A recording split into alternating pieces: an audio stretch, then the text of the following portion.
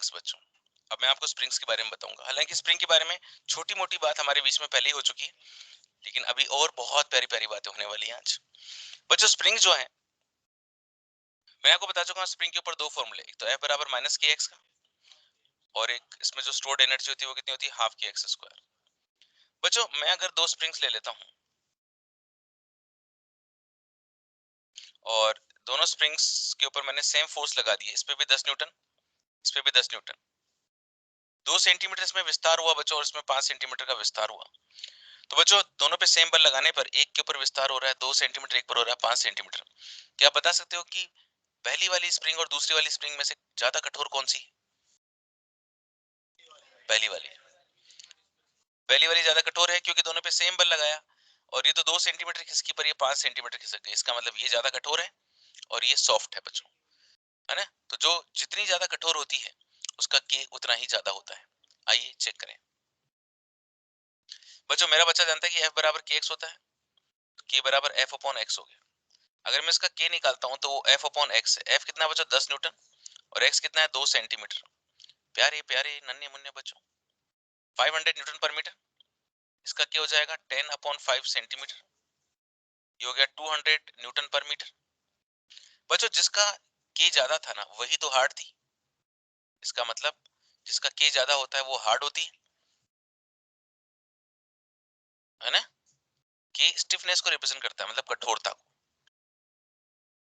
जिसका के ज्यादा होगा वो हार्ड होगी, और जो जिसका के कम होगा वो सॉफ्ट होगी। कोई तकलीफ हुई बच्चों? बच्चों एक ब्लॉक है जिसका मास कितना है, m, v वेलोसिटी से चलता हुआ आ रहा है, और ये स्प्रिंग है, इसका स्प्रिंग कांस्टेंट के है। बच्चों स्प्रिंग अपनी नेचुरल लेंथ में रहना चाहती है, आप इसको संपीड़ित करें या आप उसको प्रसारित करें, दोनों ही अवस्थाओं में उसमें एनर्जी स्टोर होती है, और उस एनर्जी की वैल्यू होती है हाफ के एक्स स्क्वायर, है ना। तो अब बचाओ, अधिकतम संकोचन बताना है मुझे सबसे पहले। तो जब ये इस तरह किस तरफ जाएगी तो उसके पास में कौन सी ऊर्जा बच्चों, गतिज ऊर्जा। जब ये इससे स्ट्राइक करेगी, टकराएगी, तो धीमे धीमे ये स्लो होती जाएगी और ये संपीड़ित होती जाएगी। जैसे जैसे आगे जाएगी ये एक ऐसी अवस्था आएगी कि इसका दम फूल जाएगा और ये रुक जाएगी, उस समय इसका संपीड़न क्या होगा, अधिकतम, है ना। स्प्रिंग के क्वेश्चन आते ही आपकी आंखों में चमक आ जानी चाहिए, और आपके आंसर, आपके दिमाग में एनर्जी कंजर्वेशन आना चाहिए। आपको क्या लगाना होता है, एनर्जी कंजर्वेशन। तो मैं ऐसे लिख सकता हूं बच्चों, लॉस ऑफ काइनेटिक एनर्जी, इसकी जो गतिज ऊर्जा उसमें जो कमी है वो बराबर गेन इन पोटेंशियल एनर्जी। बच्चों बताओ, ये अपना सारी गतिज ऊर्जा जब त्याग देगी तो ये हाफ के एक्स स्क्वायर के बराबर होगा कि नहीं होगा। तो क्या एक्स स्क्वायर बराबर में एम वी स्क्वायर अपॉन के नहीं बोल सकता। ये एक्स मैक्सिमम एक्सटेंशन है, मैक्सिमम कंप्रेशन है, इसकी वैल्यू कितनी होगी बच्चों, इतनी। कोई दिक्कत है? ये पहला पार्ट हुआ बच्चों। दूसरा पार्ट है, ब्लॉक का वेग उस समय ज्ञात करना जब स्प्रिंग का संपीड़न अधिकतम संपीड़न का 50%। बच्चों जब ब्लॉक का संपीड़न अधिकतम संपीड़न का 50% है तो क्या लगता है आपको, क्या ये ब्लॉक रुका हुआ है उस समय, या ये रुक चुका है उस समय? ये रुकता तो अधिकतम संपीड़न की अवस्था में है ना, तो उस समय उसका वेग होगा कि नहीं होगा कुछ। तो मेरे को उसका वेग निकालना है, तो यहाँ पे मैं ऊर्जा संरक्षण लगाना चाहता हूँ। क्या लगाना चाहता हूँ, ऊर्जा संरक्षण। माय डियर स्टूडेंट्स, मेरे प्यारे बच्चों, तुम मुझे गाइड करना। टोटल मैकेनिकल एनर्जी कांस्टेंट रहेगी क्योंकि यहाँ पे कोई नॉन कंजर्वेटिव फोर्स नहीं लग रहा है, कोई बाह्य बल नहीं लग रहा है। तो बच्चों k प्लस यू बराबर k प्लस यू, आज मैंने पहली बार लिखा है k plus you, k plus you, और ऐसा ना जाने में कितनी बार करने वाला हूँ फिजिक्स में। बताओ शुरुआत में काइनेटिक एनर्जी कितनी है, हाफ एम वी स्क्वायर। स्थिर ऊर्जा कितनी है बच्चों, जीरो, क्योंकि किसी प्रकार का कोई संपीड़न, कोई प्रसार स्प्रिंग में नहीं है। जब इसने इसको आधा दबा दिया है तब इसकी kinetic energy half M V dash square, यहाँ पे वी डैश उस अवस्था में वेग है जो मुझे चाहिए, plus half k x square, उस समय माना एक्सटेंशन एक्स है, मैंने सबसे पहले आधे से आधे को काटा। एम वी स्क्वायर बराबर एम वी डैश का स्क्वायर प्लस के एक्स स्क्वायर। लेकिन ये जो एक्स है बच्चों, ये अधिकतम संपीड़न का आधा है, जैसा कि मुझे सवाल में दिया हुआ है।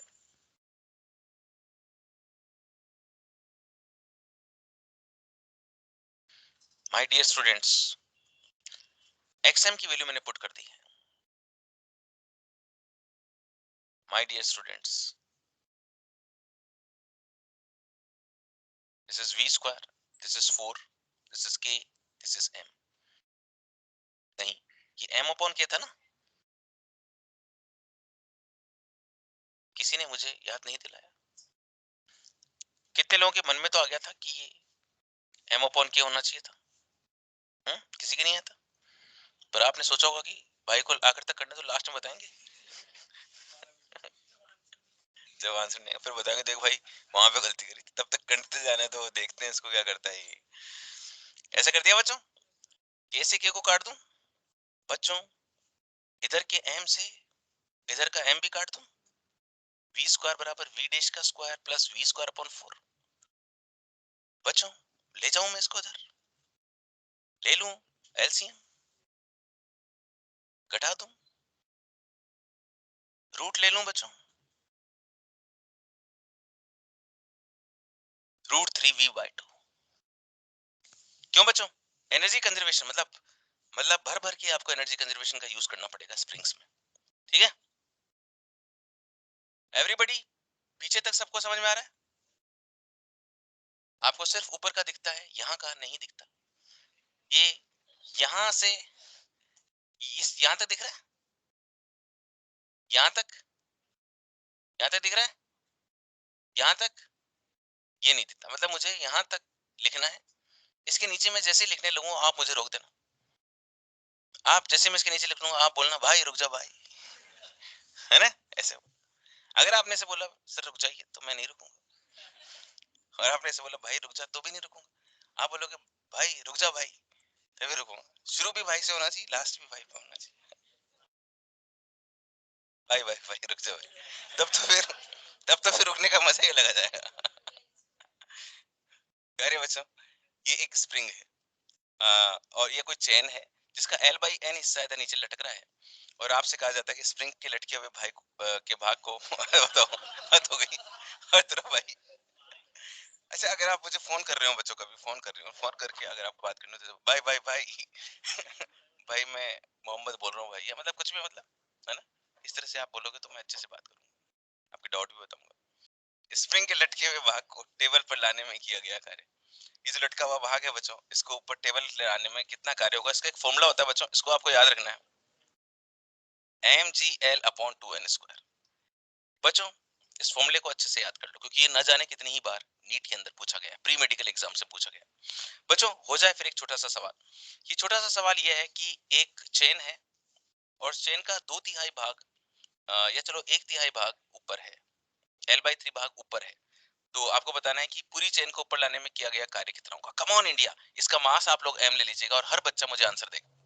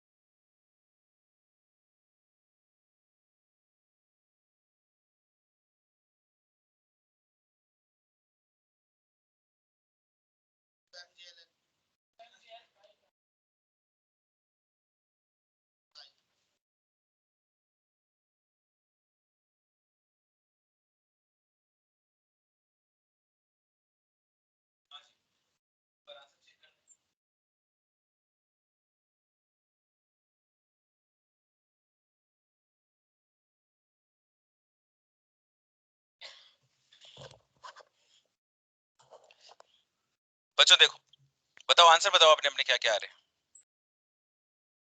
2mgl/9, ये कितने बच्चों का आ रहा है 2mgl/9? अच्छा और बताओ इसके अलावा, मैं खुद करूं और बताओ कोई आंसर। देखो बच्चों, प्यारे बच्चों, अगर L/3 ऊपर है तो नीचे कितना लटक रहा है बच्चों, 2L/3, है ना, mgl/2n²। बच्चों जो 2L/3 है ना, यही तो L/n है। n बराबर कितना हो गया बच्चों, 3/2, mgl/2n² है ना। n का मान कितना बच्चों, 3/2, इसका होल स्क्वायर कर दिया, mgl ये 2, ये 9/4, 2 बार कट गया, 2mgl/9। This is the answer. Well done बच्चों। मास को एम ही मानना है, एम मास का है। अच्छा, एक बात का ध्यान रखना बच्चों, इसमें बच्चे क्या गलती करते हैं, इसमें बच्चे क्या करते हैं, एन की वैल्यू जो है वो 2/3 रख देते हैं, है ना। कितने बच्चों ने एन का मान 2/3 रखा? हाँ। इसीलिए आप लोगों को ध्यान रखना है बच्चों, एन की वैल्यू 2/3 नहीं है, 3/2 है, क्योंकि एन एल नहीं है, this is L by N, है ना। बच्चे अक्सर ही गलती करते हैं, इसीलिए मैंने आपको ये सवाल करवाया है। ओके, वो स्प्रिंग की कठोरता को शो करता है, ये अपनी बात हो चुकी है। K is proportional to 1/L होता है बच्चों। K का जो मान होता है वो L के व्युत्क्रमानुपाती होता है। अब देखो यहाँ पर मैं कुछ बातें आप लोगों से करना चाहूंगा।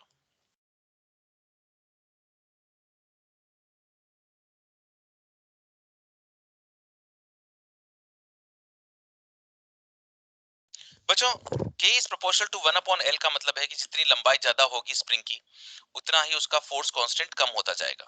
स्प्रिंग जितनी छोटी होती है बच्चों, उसका K उतना ही ज्यादा होता है। स्प्रिंग उतनी ज्यादा कठोर होती है ना, जितनी छोटी स्प्रिंग होगी वो उतनी ज्यादा कठोर होगी, बड़ी होने पर वो सॉफ्ट होती जाती है। बच्चों अब देखो यहाँ पर मैं आपको कुछ पुरानी बातें याद दिलाना चाहूंगा। अनुपात समानुपात के क्वेश्चन करेंगे बच्चों। जैसे मैं आपको सीधे लिए चलता हूँ करंट इलेक्ट्रिसिटी पे, धारा विद्युत पे, जहां पे हम जो बातें करेंगे वो कुछ बातें हम यहाँ भी करने जा रहे हैं बच्चों। एक तो होता है अनुपात समानुपात और एक होता है व्युत्क्रमानुपात। जैसे बच्चों दो रेजिस्टेंस है, एक ओम और एक 2 ओम, और ये दोनों सीरीज में है, और ये मान लीजिए 6 वोल्ट की बैटरी से जुड़े हुए हैं, और मुझे पूछा गया है कि इसके सिरों पर वोल्टेज, अभी आपको सिर्फ देखना है बच्चों, है ना। जब समय आएगा तो मैं आपको क्वेश्चन दूंगा, अभी आप देखते जाओ। सीरीज कॉम्बिनेशन के अंदर दोनों में करंट क्या होगी बच्चों, सेम होगी कि नहीं होगी? V बराबर आई आर फॉर्मूला होता है, करंट सेम है, इस पे गोला लगा दो, V समानुपाती R के हो गया, मतलब वोल्टेज जो है वो प्रतिरोध के अनुपात में बटेगा। प्रतिरोध का अनुपात कितना बच्चों, 1/2, तो वोल्टेज का जो अनुपात होगा वो भी कितना होगा, 1/2 होगा। अनुपात के क्वेश्चन करते हैं, कैसे करते हैं बच्चों, उसके पास में एक हिस्सा गया, इसके पास में 2 हिस्सा गया, मतलब टोटल कितना बच्चों, 3 हिस्सा। पहले वाले के पास वोल्टेज कितना जाएगा, 3 में से 1 हिस्सा जाएगा, कितने का, 6 का, तो 2 वोल्ट आ गया। 3 में से 2 हिस्सा जाएगा इसके पास में, तो ये कितना हो गया बच्चों, 4 हो गया। कोई दिक्कत है, ऐसे करते हैं हम लोग। अच्छा, जब व्युत्क्रमानुपात का कोई रिलेशन आता है, जैसे मान लीजिए दो प्रतिरोध आपके पैरेलल में है, एक का मान है 2 ओम और एक का मान है 3 ओम, और मान लीजिए इधर करंट आ रही है 12 एम्पियर, और मुझे बताने की ऊपर कितनी धारा गई और नीचे कितनी धारा गई। तो V बराबर क्या होता है, आई आर। अभी कोई भी कॉपी नहीं खोले, V बराबर कितना है बच्चों, आई आर। वोल्टेज दोनों में सेम है कि नहीं बच्चों, दोनों पैरेलल में, तो I is proportional to 1/R हो गया, धारा प्रतिरोध के व्युत्क्रम में बटेगी। अच्छा, प्रतिरोध का अनुपात कितना है बच्चों, 2/3, तो धारा का जो अनुपात अगर मैं निकालूंगा तो कितना होगा बच्चों, 1/R1, और ये इसके व्युत्क्रमानुपात में हो गया ना। अच्छा, आप इसको कैसे सॉल्व करते हैं बच्चों, नीचे 2 और 3 है तो कितना हो गया, 6 हो गया, 6 से ऊपर नीचे मल्टीप्लाई कर देते हैं, इससे क्या होता है, थोड़ा सिंप्लीफाइड हो जाता है। और तो ये कितना हो गया, 3/2। भाई व्युत्क्रमा, ये अगर 2/3 है तो ये कितना है मेरे पास में, 3/2, है ना। भाई नीचे क्या है, 3 × 2, 6 से ऊपर नीचे, मतलब इसको भी मल्टीप्लाई कर दिया, इसको मल्टीप्लाई कर दिया, तो कोई फर्क थोड़े पड़ता है वैल्यू पर। भाई देखो, 1/2, 3 अनुपात, ये ऐसे ना, अनुपात का मतलब ये तो होता है ना, मैंने इसको भी 6 से मल्टीप्लाई कर दिया, सॉरी यार, क्या, अच्छा ये क्या कर दिया, ये ऐसे है ना, ऐसे है, और इसको भी कर दिया, तो कोई फर्क थोड़े पड़ा यार, वो चीज तो वही रही ना, दोनों तरफ कर दिया, इससे क्या हो गया, सिंप्लीफाइड हो जाता है, 2/3 क्या बन जाता है, 3/2 बन जाता है। तो उसका मतलब 3/2 में बटेगी चीज, 3 और 2 कितना होता है बच्चों, 5, तो 5 में से 3 हिस्सा इसके पास में जाएगा, 2 हिस्सा इसके पास में जाएगा, तो मेरे पास में I1 की वैल्यू आ जाएगी, 5 में से 3 हिस्सा इसके पास में गया तो ये इतना आ गया, और 5 में से 2 हिस्सा इसके पास में गया, इतना आ गया, है ना। जैसे मान लो मैं आपसे कहता हूं कि ये 8 ओम है और ये 5 ओम है, और इधर से धारा आ रही है 26 एम्पियर, तो I1 और I2 के मान क्या होंगे, तो आप कहोगे गुरुजी V बराबर आई आर, ऐसे हम गोला लगाएंगे, I is proportional to 1/R करेंगे, R का मान कितना है, 8/5, तो धारा का कितना आएगा, 5/8 आ जाएगा, तो 8 और 5 कितना हो गया, 13, 13 में से 5 इसके पास में गया, तो कितना हो गया बच्चों, 10 एम्पियर, और ये 13 में से 8 इसके पास में गया, तो ये बच्चों, है ना, ये पूरी फिजिक्स में करने पड़ेंगे।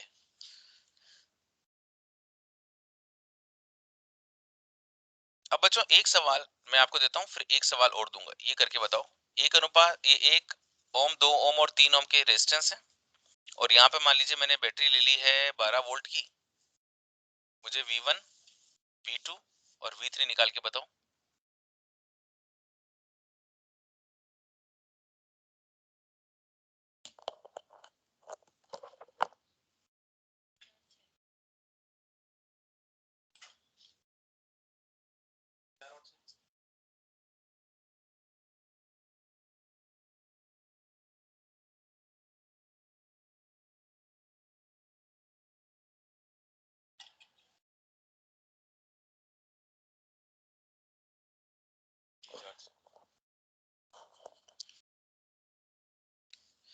देखो बच्चों,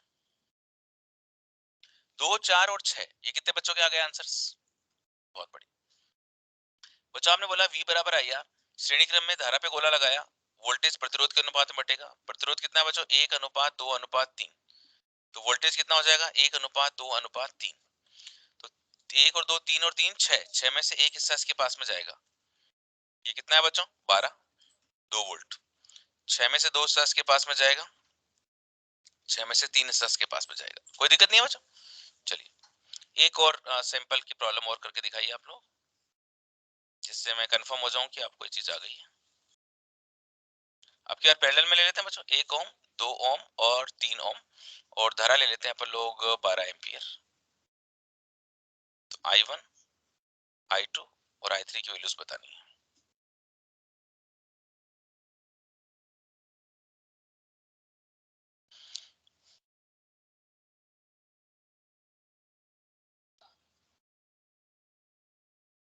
I विद व्युत्क्रमानुपात में है ना, एक बार सबका आ जाए।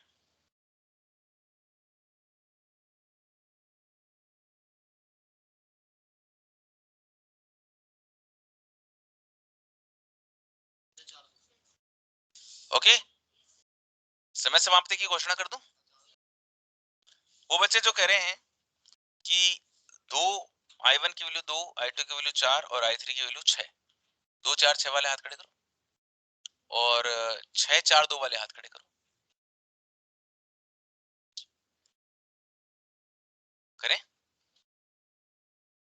देखो मेरे बच्चों ने क्या किया होगा, मेरे बच्चों ने किया है कि भैया दोनों पैरेलल में है बच्चों, voltage same, I is proportional to 1 upon R, R का मान 1 अनुपात 2 अनुपात 3, तो धारा का मान 3 अनुपात 2 अनुपात 1। लेकिन यहीं पे आप मेरे जाल में फंस गए बच्चों, 6 अनुपात 3 अनुपात 2, ये कितने लोगों का आ रहा है? बहुत बढ़िया। बोले गुरु जी ये तो अन्याय है, ये क्या कर रहे हो आप? देखो बच्चों मैं आपको बताता हूँ, I1, I2 और I3 अगर मैं तीनों का अनुपात निकालता हूँ तो वो प्रतिरोध के व्युत्क्रम में है ना, तो 1 अपॉन R1, ये 2 और ये 3। सिस्टम क्या कहता है? 1 इंटू 2 इंटू 3 6, 6 से गुणा कर दो, 6 अनुपात 3 अनुपात 2, इस अनुपात में बटेगा। वो क्या है बच्चों? देखो होता क्या है, मैं आपको बताता हूँ।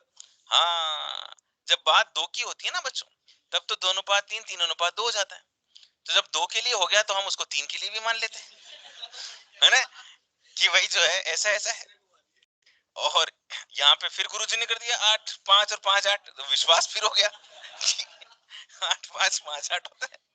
बोले या 1 2 3 3 2 1 नहीं, और वैल्यू निकल ही रही है, 3 और 2 5 और 6, भाग लग ही रहा है, पूरा पूरा आंसर आ रहा है, पर ये 6 अनुपात 3 अनुपात 2 में होगा बच्चों। तो 2 से ज्यादा जब आ जाए ना तो थोड़ा सा अटेंटिव, 2 में कोई दिक्कत नहीं, 3 अनुपात 4 को 4 अनुपात 3 लिख दो, 5 अनुपात 3 को 3 अनुपात 5 लिख दो।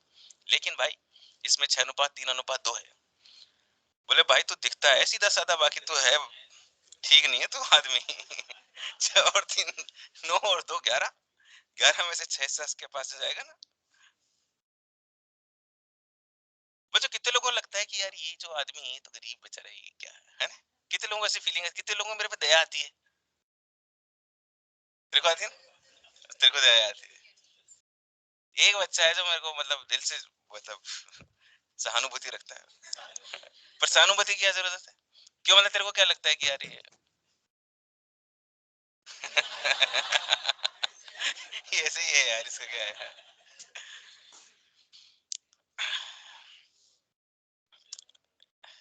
देखो बच्चों 6 और 3 9 और 2 11, 11 में से 6 सस के पास गया और कितनी थी बच्चों 12, ये आ जाएगा।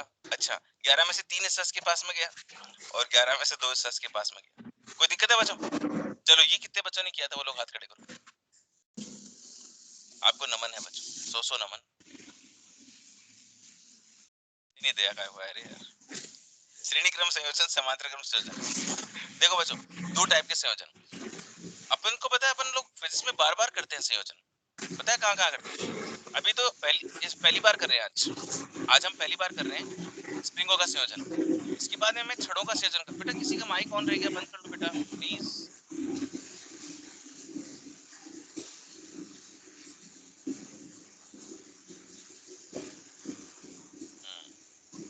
कौन है जिसका माइक ऑन?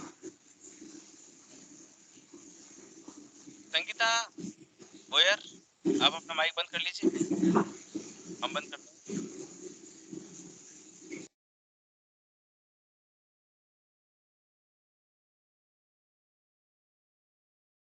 ठीक है चलो बच्चों देखो, हाँ मैं आपको बता रहा था कि सबसे पहले हम लोग आज किसका करेंगे बच्चों, आज मैं स्प्रिंग से करवाऊंगा, इसके बाद में छड़ों का करेंगे हम लोग। छड़ों का करने के बाद में जब अपन 12वीं में जाएंगे तो प्रतिरोधों का करेंगे और फिर संधारित्र का करेंगे और फिर हम जो है कोयल्स का करेंगे, कोयल्स होती है ना कोयल, ठीक है ना, उसका भी करेंगे। इतने सारे संयोजन करने वाले हैं। तो देखो बच्चों श्रेणी क्रम संयोजन, बिल्कुल इसका जो संयोजन होता है बच्चों, स्प्रिंग्स का जो संयोजन होता है बिल्कुल कैपेसिटर्स की तरह होता है। जैसे कैपेसिटर्स को जोड़ते हैं ना हम लोग, तो जैसे सीरीज में जोड़ा आपने, तो बताओ सीरीज के अंदर 1/k श्रेणी कितना हो जाता है, 1/k1, 1/k2, 1/k3। और अगर समांतर क्रम में जोड़ते हैं, ठीक है ना, प्रतिरोधों से उल्टा होता है बच्चों उसमें ना, के समांतर बराबर k1 प्लस k2 प्लस। अच्छा बच्चों एक बात बताओ यार, इसमें तो k बढ़ रहा है ना, मतलब पैरेलल में जोड़ने में कठोरता बढ़ती है बच्चों, और अगर ये ऐसे है बच्चों, है ना, तो इसका मतलब क्या होता है, k घटेगा ना इसमें और सॉफ्टनेस बढ़ेगी।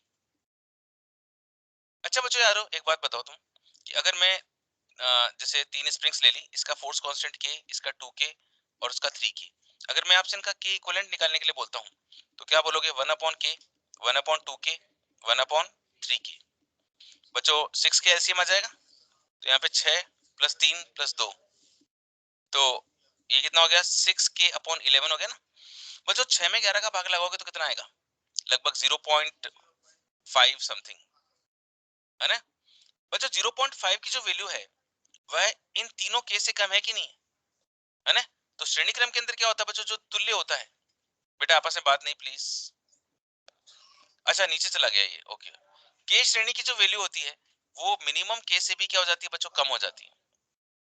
और समांतर क्रम में क्या होता है, तीनों का जुड़ जाता है ना। तो अगर मैं ऐसे 3 ले लेता हूँ, के, 2k और 3k, तो जो के तुल्य है बच्चों वो 6k हो जाएगा ना बच्चों। तो इसमें क्या होता है कि के समांतर जो होता है वह मैक्सिमम से भी ज्यादा होता है, अंडरस्टैंड। चलो जी बच्चों, अब एक सवाल है जिसको मैं करता हूँ, इसका आधा हिस्सा मैं करूंगा आधा हिस्सा आप करोगे, तभी मामला बैठेगा। इसका जो प्रोसीजर है वो जरा देखना, प्रोसीजर इज वेरी इंपॉर्टेंट।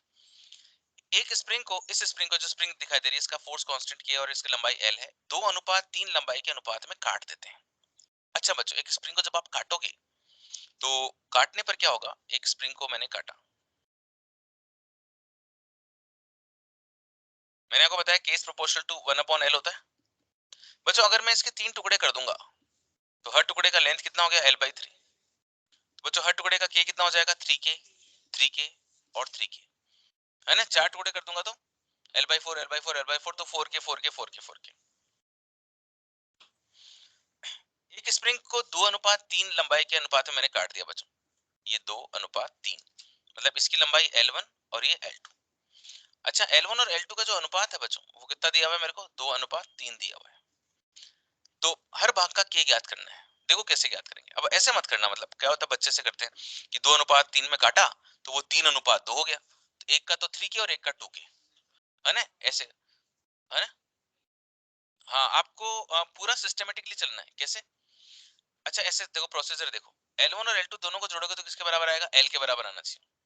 अच्छा अब मेरा बच्चा ये जानता है कि L is proportional to 1/k है, तो L बराबर C/k है, तो L1 बराबर C अपॉन K1 लिख सकता हूँ, L2 बराबर C अपॉन K2 लिख सकता हूँ, और L बराबर C अपॉन K लिख सकता हूँ। ध्यान से सुना मेरी बात को। L1 अपॉन L2 2:3 है, तो K1 अपॉन K2 कितना होगा? 3:2, because K is proportional to 1 upon L। L1 plus L2 बराबर L है, तो क्या मैं यहां से L2 बराबर 3L1 अपॉन 2 लिख सकता हूँ? देखो मैंने मैंने सोचा मैं सबसे पहले K1 चाहता हूँ।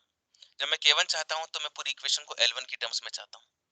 तो मैंने क्या किया, इसको तो L1 रहने दिया, इसको मैंने 3L1 अपॉन 2 कर दिया, ये L हो गया। अब मैंने लसपे ले लिया बच्चों, 2L1 प्लस 3L1 बराबर L, 5L1 अपॉन 2 बराबर L, तो L1 बराबर 2L upon 5। Is it clear? अब L1 की जगह मैं पुट कर सकता हूं C upon K1,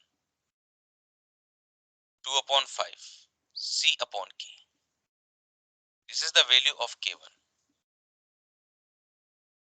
5K upon 2, this is the value of K1, है ना? अगर आपके पास में K1 आया है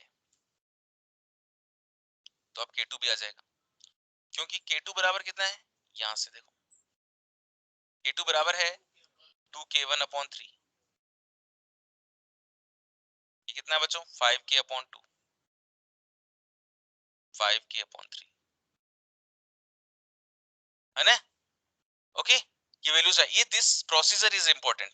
मतलब ऐसे नहीं कि आप कुछ भी करना शुरू कर दो, आप पहले लंबाई को जोड़ के फिर L के बराबर करो, आपको K1 चाहिए तो उसको केवल L1 की टर्म्स में लेकर आओ, और फिर L2 ये K1 निकालो, फिर K2 निकालो, या फिर पहले K2 निकालना चाहते हो तो L1 को हटा दो, L1 का मान 2L अपॉन 3 लिख सकता हूँ, और फिर इसको सोल्व कर लो तो आपको पहले L2 की टर्म्स मिल जाएगी, और L2 की टर्म्स से आप लोग पहले K2 निकाल लोगे, फिर K2 से K1 निकाल लोगे।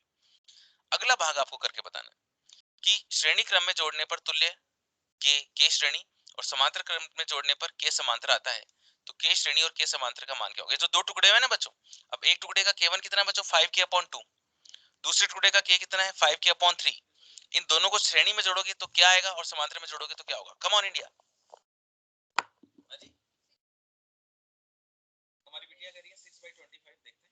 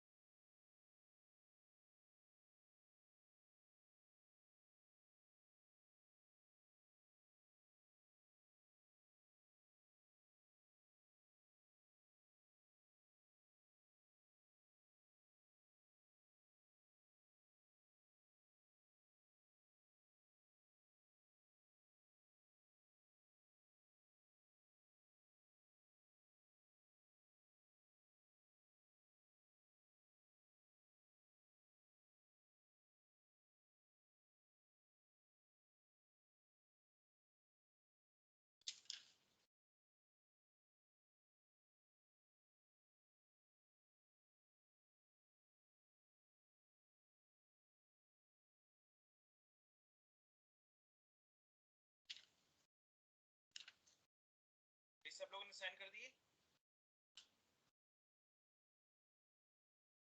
क्या आ रहा है, पीछे भेज दो।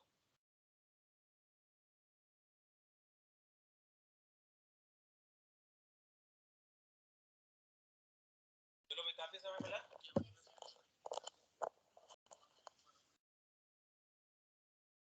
प्यारे प्यारे नन्हे मुन्ने बच्चों, बताओ K1 कितना आया था?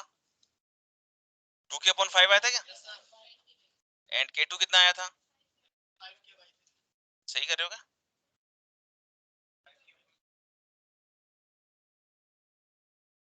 डन है।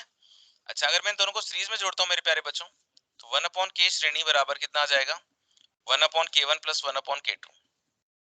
बच्चों 1 अपॉन K1 की वैल्यू इतनी है एंड K2 की वैल्यू इतनी है, 2 पर चला गया, 2 upon 5K, 3 upon 5K, 5K LCM 2 plus 3, 5 upon 5K, 1 upon K श्रेणी बराबर कितना है बच्चों, K आया।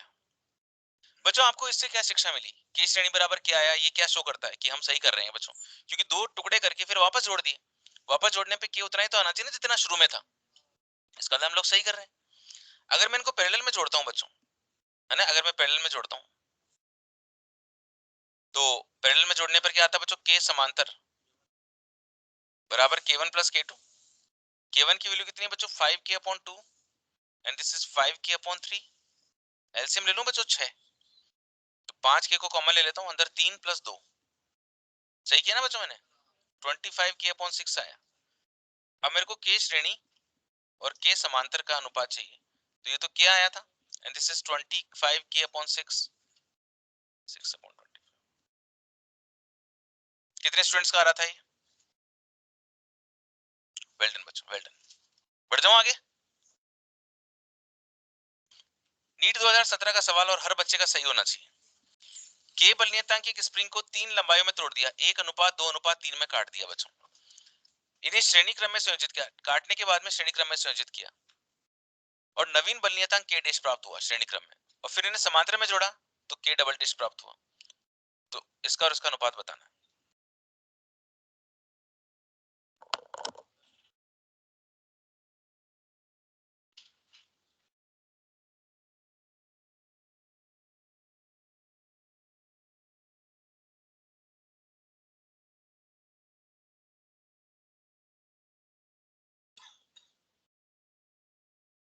एक अनुपात 11।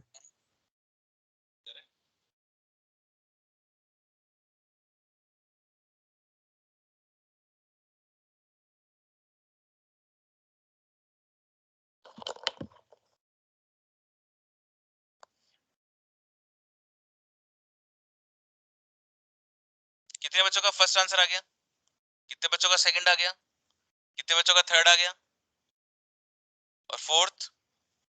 देखो बच्चों,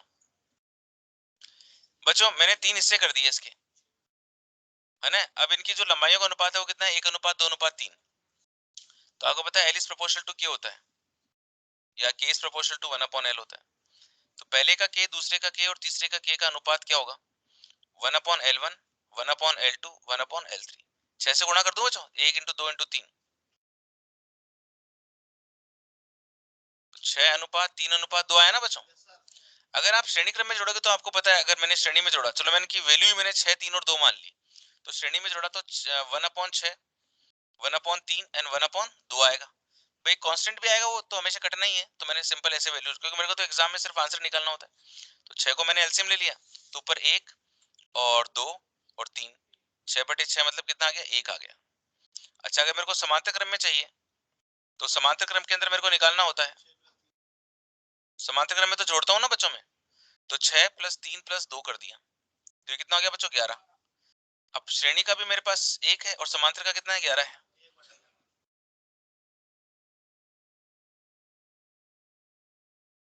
अंडरस्टैंड, कोई दिक्कत थोड़ी आ रही है बच्चों, बहुत ज्यादा। बच्चों ये एक बड़ा ही प्यारा सवाल है और ये पूरा लॉजिकल सवाल है, इसमें ऐसा कुछ कोई फॉर्मूला कुछ ज्यादा नहीं है।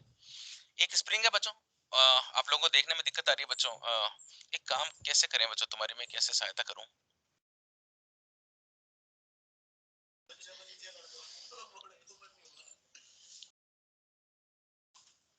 कितने बच्चों को दिक्कत आती है?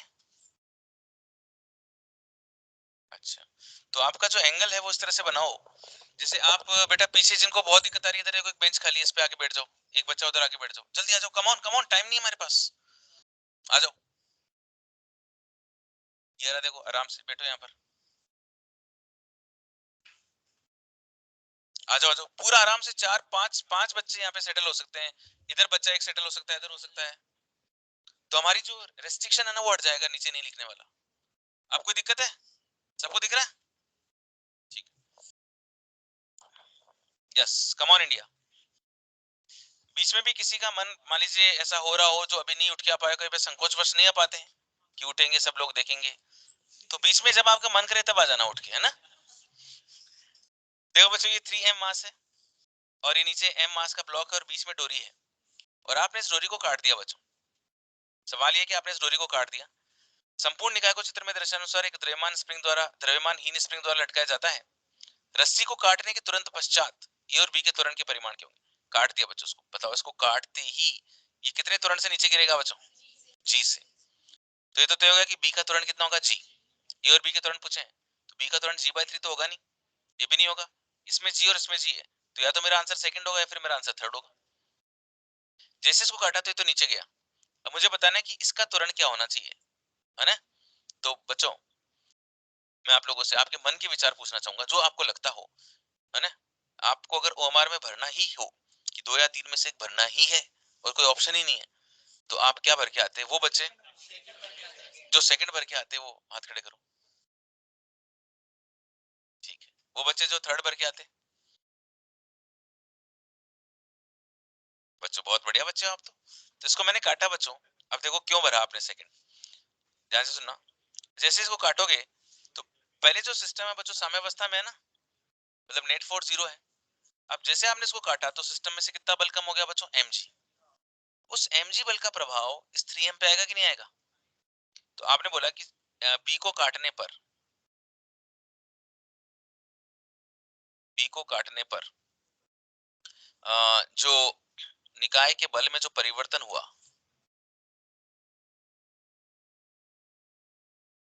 वो कितना हुआ बच्चों? mg हुआ। अब इसका इफेक्ट किस पे आएगा बच्चों? ऊपर वाले ब्लॉक पर। उसका मास कितना है? ma इंटू जी। ए का जो मास है वो कितना बच्चों? सॉरी ma इंटू ए, मास इंटू एक्सेलरेशन होता है ना, जो भी बल का प्रभाव, उसका मास 3m है इंटू ए, ये बराबर कितना हो गया? g/3। ठीक है ना। अच्छा अब इसका जो मास है बच्चों ऊपर वाले का अगर 4m होता तो mg का प्रभाव यहाँ पे 4m लिखता है इंटू ए, g/4 हो जाता। अगर इसका मास भी m होता तो mg बराबर m इंटू ए, तो ए बराबर कितना हो जाता? g हो जाता। कोई दिक्कत है बच्चों? बच्चों अब एक बहुत ही प्यारा सा केस मैं आपके साथ में शेयर करने जा रहा हूँ। हर बच्चा स्क्रीन पे ध्यान देगा और मैं अभी से लगभग 6 से 7 मिनट के बाद मैं आपको एक सवाल पूछूंगा, उस सवाल का जवाब आपको देना है ना। देखो बच्चों पहले समझो, दो चीजें होती है बच्चों, तो स्थिरावस्था और एक साम्यावस्था। ये दोनों कभी एक ही चीज होती है, कभी अलग अलग भी होती है। जैसे मैंने ये पेन मेरे हाथ में ले रखा है, ठीक है, मैंने ये पेन मेरे हाथ में ले रखा है, तो बताओ क्या ये स्थिरावस्था में है, क्या ये साम्यावस्था में है? साम्यावस्था में भी है, क्योंकि नीचे की तरफ क्या लग रहा है इस पे mg और ऊपर की तरफ क्या लग रहा है? Normal reaction. टोटल फोर्स कितना है? 0। तो ये साम्यावस्था में और ये स्थिरावस्था में भी, मतलब स्थिरावस्था और साम्यावस्था दोनों क्या हो गई बच्चों? एक चीज हो गई। लेकिन कभी कभी ये अलग अलग भी होती है ना। जैसे जैसे ये प्याला, प्याले में एक बॉल, बॉल को मैंने थोड़ा सा डिस्टर्ब कर दिया और ये बॉल दोलन कर रही है, इधर जा रही है इधर आ रही है, ये दोलन कर रही है। यहाँ पर इसका वेग कितना है? 0, तभी तो रुकी होगी, वापस आई होगी। यहाँ पर इसका वेग क्या है? अधिकतम, रुक नहीं पाई होगी, तभी तो आगे तक गई होगी, फिर रुक गई। ये स्थिर अवस्था है। लेकिन ये साम्यावस्था है, क्योंकि नीचे की तरफ क्या है बच्चों? mg, ऊपर की तरफ क्या है? n, नेट फोर्स 0 है, स्थायी साम्यावस्था। जहां पे साम्यावस्था है वहां पे स्थिर अवस्था नहीं है, और जहां पे स्थिर अवस्था है वहां पे साम्यावस्था नहीं। अगर साम्यावस्था होती तो ये वापस कैसे आता, है ना। तो नेट फोर्स लग रहा होगा तभी तो वो फोर्स वापस लेकर आया इसको, मतलब ये अलग अलग भी हो सकती है। बच्चों ये है आपके पास में एक स्प्रिंग, स्प्रिंग के नीचे एक गोलक, गोलक को हमने पकड़ रखा है, होल्ड कर रखा है अंगूठे से। अभी स्प्रिंग अपनी नेचुरल लेंथ में है बच्चों, तो इसके ऊपर कौन कौन से बल लग रहे हैं बताओ? नीचे की तरफ mg, ऊपर की तरफ नॉर्मल रिएक्शन। स्प्रिंग का कोई बल नहीं लग रहा है, क्योंकि स्प्रिंग का बल होता है kx, वो तभी लगता है जब विस्तार होता है या संपीड़न होता है। अब आपने अंगूठा हटा लिया, अंगूठे के हटते ही ये नीचे की तरफ आएगी। यहाँ पर एक्सटेंशन कितना बच्चों? 0 है। जब ये नीचे की तरफ जा रही होगी बच्चों, जब ये नीचे की तरफ जा रही होगी तो माना कि इसका जो मास है वो 1 kg है, तो जैसे ही मैंने इसको छोड़ा है तो बताओ अगर इसका मास मैं 1 kg लेता हूँ तो नीचे की तरफ कितना बल लगेगा बच्चों? 10 न्यूटन। थोड़ा और नीचे, थोड़ा और नीचे, थोड़ा और नीचे, थोड़ा और नीचे आई बच्चों, 10 न्यूटन लग रहा है हर बार। ये तो वजन है जिससे कोई चेंज नहीं कर सकता। लेकिन अभी तो x बराबर 0 था, नीचे आई के तो x कुछ बना और वापस प्रत्यानयन बल लगा। माना कि उसका मान जो है 1 न्यूटन था, थोड़ा और नीचे गई तो वो 2 न्यूटन, 3 न्यूटन, 4 न्यूटन हुआ। थोड़ा और नीचे गई तो वो 9 न्यूटन हुआ। थोड़ा और नीचे गई तो वो 10 न्यूटन हुआ, है ना। पक्का? अच्छा जी। अब अगर मैं आपसे कहता हूँ कि भैया बताओ इसके ऊपर नेट बल कितना, तो आप कहोगे कि भैया इस पे नेट बल 10 न्यूटन, इस पे कितना 9 न्यूटन, इस पे कितना 6 न्यूटन, अब कितना 1 न्यूटन और अब कितना 0। मैं कहता हूं कि भाई मुझे त्वरण बताओ, त्वरण बराबर फोर्स अपॉन मास। बल है 10 न्यूटन और मास है 1 केजी, तो त्वरण कितना है 10 मीटर पर सेकंड स्क्वायर।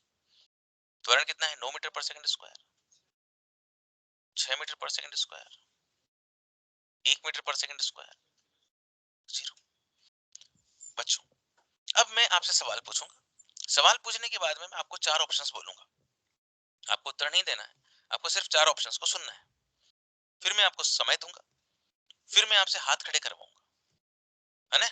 आपको ऐसे मुंह से नहीं बोलना है कि ये उत्तर, ऐसा होने से फिर दूसरे बच्चे भ्रमित हो जाते हैं, है ना। तो इससे एक एक्चुअल मीनिंग को पता नहीं चल पाता क्लास का, हर बच्चा क्या सोच रहा है। मैंने इसको छोड़ दिया था, ये नीचे जा रहा था, यहां से लेकर यहां तक की जर्नी में आपको बताना है कि इसका वेग बढ़ेगा घटेगा, पहले बढ़ेगा फिर घटेगा, या पहले बढ़ेगा और फिर घटेगा। 4 ऑप्शंस होंगे। पहला ऑप्शन होगा यहां से यहां तक जाने में इसका वेग बढ़ रहा है। जिन लोगों को लगता है कि वेग घट रहा है वो तो दूसरे ऑप्शन पे हाथ खड़े करेंगे, जिन लोगों को लगता है कि पहले बढ़कर फिर घट रहा है वो तीसरे पे हाथ खड़े करेंगे, वो जो कहते हैं कि पहले घटकर फिर बढ़ रहा है वो चौथे पे हाथ खड़ा करेंगे, और वो जो कहते हैं कि नियत, अभी आपको कुछ नहीं बोलना, अब मैं बोलूंगा तब आप बोलना, या फिर नियत रह रहा है। ऐसे 5 ऑप्शंस होंगे। मैं आपको समय दे रहा हूं, कोई आपस में चर्चा नहीं होगी, पूरा 60 सेकंड का समय है।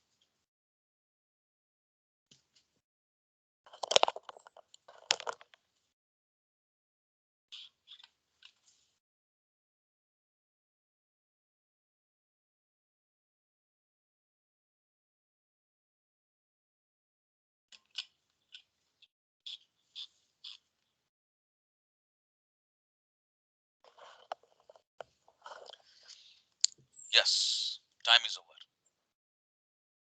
सबसे पहले वो लोग अपना हाथ खड़ा करेंगे जिनका ये मानना है कि यहां से यहां पर आने पर इसका वेग बढ़ेगा। मैं देखना चाहता हूं उन लोगों को जो कहना चाहते हैं कि बढ़ेगा गुरुजी, इधर से इधर आने पर वेग बढ़ेगा। वो लोग जो कहते हैं कि घटेगा गुरुजी घटेगा।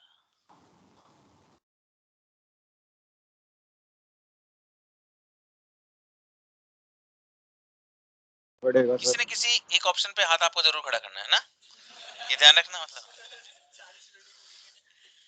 वो लोग जो कहते हैं कि पहले घटेगा गुरुजी और फिर बढ़ेगा, वो लोग जो कहते हैं कि पहले बढ़ेगा गुरुजी फिर घटेगा, वो जो कहते हैं गुरुजी नियत रहेगा वेग। आइए देखो बच्चों, जब ये सर ऊपर से त्वरण नीचे आ घटने रहा पर है, वेग बढ़ता है। हैं क्या बोले बेटा? त्वरण कम होता है जब वेग बढ़ता है। एक बार फिर से बोलो, कुछ बोल तो अच्छा रहे हो तुम, एक बार आराम से खोलो अपने इसको माइक को और फिर ढंग से बोलो, आराम से धीरे धीरे।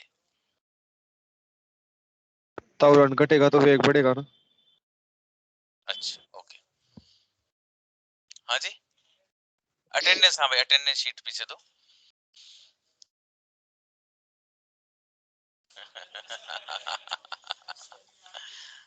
सही बात है। गति किधर हो रही है बच्चों? नीचे। अब जरा ध्यान से देखना बच्चों, अभी जो बल है वो कितना है 10, फिर कितना है 9, फिर कितना है 6, फिर कितना है 1, फिर कितना है 0।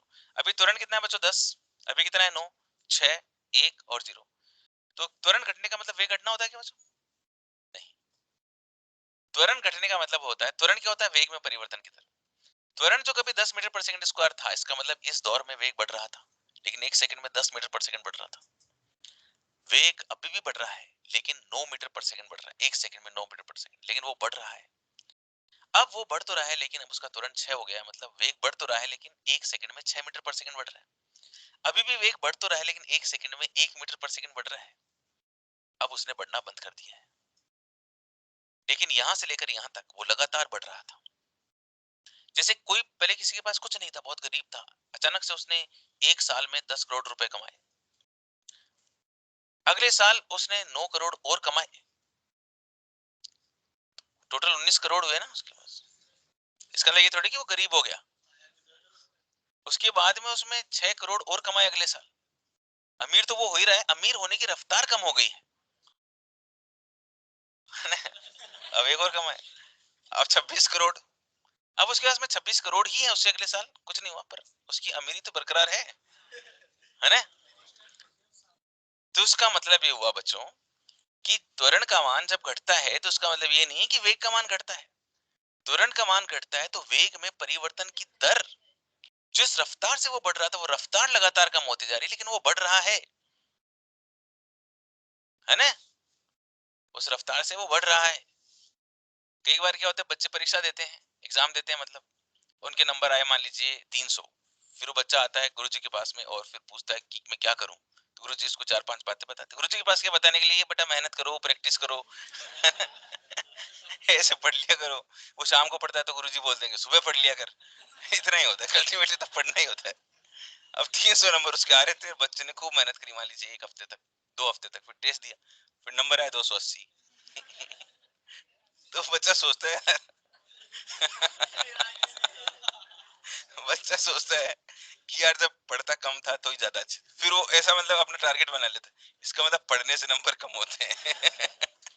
इसका मतलब पढ़ने से नंबर कम होते हैं, अपन नहीं पढ़ेंगे, अपन जैसा पहले चल रहा था ना वैसे ठीक था। ऐसा कर लेते हैं बच्चे। तो वो पढ़ने से आपके नंबर कम हुए हैं बच्चों, लेकिन आपका इंटेलिजेंस तो बढ़ रहा है ना, है ना। थोड़ा करते रहने से वो रफ्तार बढ़ती है बढ़ती है बढ़ती है, धीरे धीरे धीरे धीरे एकदम हो जाता है बच्चों। ठीक है। तो बच्चों कुल मिला के बात यह है कि जब गति ऊपर से नीचे की तरफ हो रही है और परिणामी बल भी नीचे की तरफ ही तो लग रहा है ना बच्चों, बल ऊपर की तरफ थोड़ा लग रहा है, तो गति कैसी है बच्चों, त्वरित है। त्वरित है तो वेग क्या होगा बच्चों, बढ़ेगा। बच्चों ये वाला जो पॉइंट है, ये वाला जो पॉइंट आपको दिखा जा रहा है, बिल्कुल यहाँ पे कण रुक गया बच्चों, यहाँ पे कण रुक गया नहीं, कैसे रुकेगा भाई, यहाँ तो वेग मैक्सिमम है। अरे भैया वेग ऊपर से नीचे आने पे हम बोल रहे हैं कि वेग बढ़ रहा है भैया, वेग बढ़ेगा तो रुकेगा कैसे। यहाँ पे तो अभी तक का मैक्सिमम वेलोसिटी है, 26 करोड़ हो गए इसके पास, वेलोसिटी मैक्सिमम भैया, अधिकतम वेग है। और हाँ, टोटल बल 0 है, ऊपर वाला बल नीचे वाले बल के बराबर हो गया, टोटल फोर्स 0 हो गई, साम्यावस्था आ गई। तो साम्यावस्था का मतलब विराम अवस्था नहीं है, साम्यावस्था में तो वेग मैक्सिमम मिल रहा है। ये बच्चों मैंने यहाँ पे 10 और यहाँ पे 10 कर दिया था ना, लेकिन अब और ज्यादा नीचे जाएगा तो जो नीचे वाला mg है वो तो 10 ही रहेगा ना, लेकिन अब ये तो और बढ़ता जाएगा ना, 10 से 11, 11 से 12, 12 से 15। तो अब इसकी गति किधर है बच्चों, नीचे की तरफ, और परिणामी बल किधर है बच्चों, देखो अभी तो 0 बल है, अब 11 माइनस 10 बल ऊपर की तरफ है ना, है ना। अब बल किधर है बच्चों, ऊपर की तरफ है, तो गति के विपरीत जब बल होता है तो मंदन का काम करता है ना। एक पॉइंट पे जाके क्या हो जाएगा बच्चों, रुक जाएगा, एक पॉइंट ऐसा आ जाएगा जब मंदन होते होते रुक जाएगा। ये वाली अवस्था क्या बच्चों, स्थिर अवस्था। लेकिन क्या ये साम्यावस्था है, नहीं, क्योंकि ऊपर की तरफ नेट फोर्स लग रहा है 15 माइनस 10, 5 न्यूटन का, ये स्थिर अवस्था है, पर ये साम्यावस्था नहीं है। वो साम्यावस्था थी पर स्थिर अवस्था नहीं थी। ठीक है, ओके। अब देखो एक चीज मैं आपको बताता हूँ बच्चों, एक बहुत अच्छी बात जो मैं आप लोगों के साथ में शेयर करना चाहता था, लेकिन संकोचवश शेयर नहीं कर पाया, लेकिन आज मैं सारा संकोच तोड़कर आपसे कह ही दूंगा कि एक केस लेके चल रहे हैं बच्चों हम, एक 3 पॉइंट्स लेके चल रहे हैं बच्चों। पोटेंशियल एनर्जी, स्थितिज ऊर्जा, स्थिर ऊर्जा का फॉर्मूला क्या होता है बच्चों, mgh।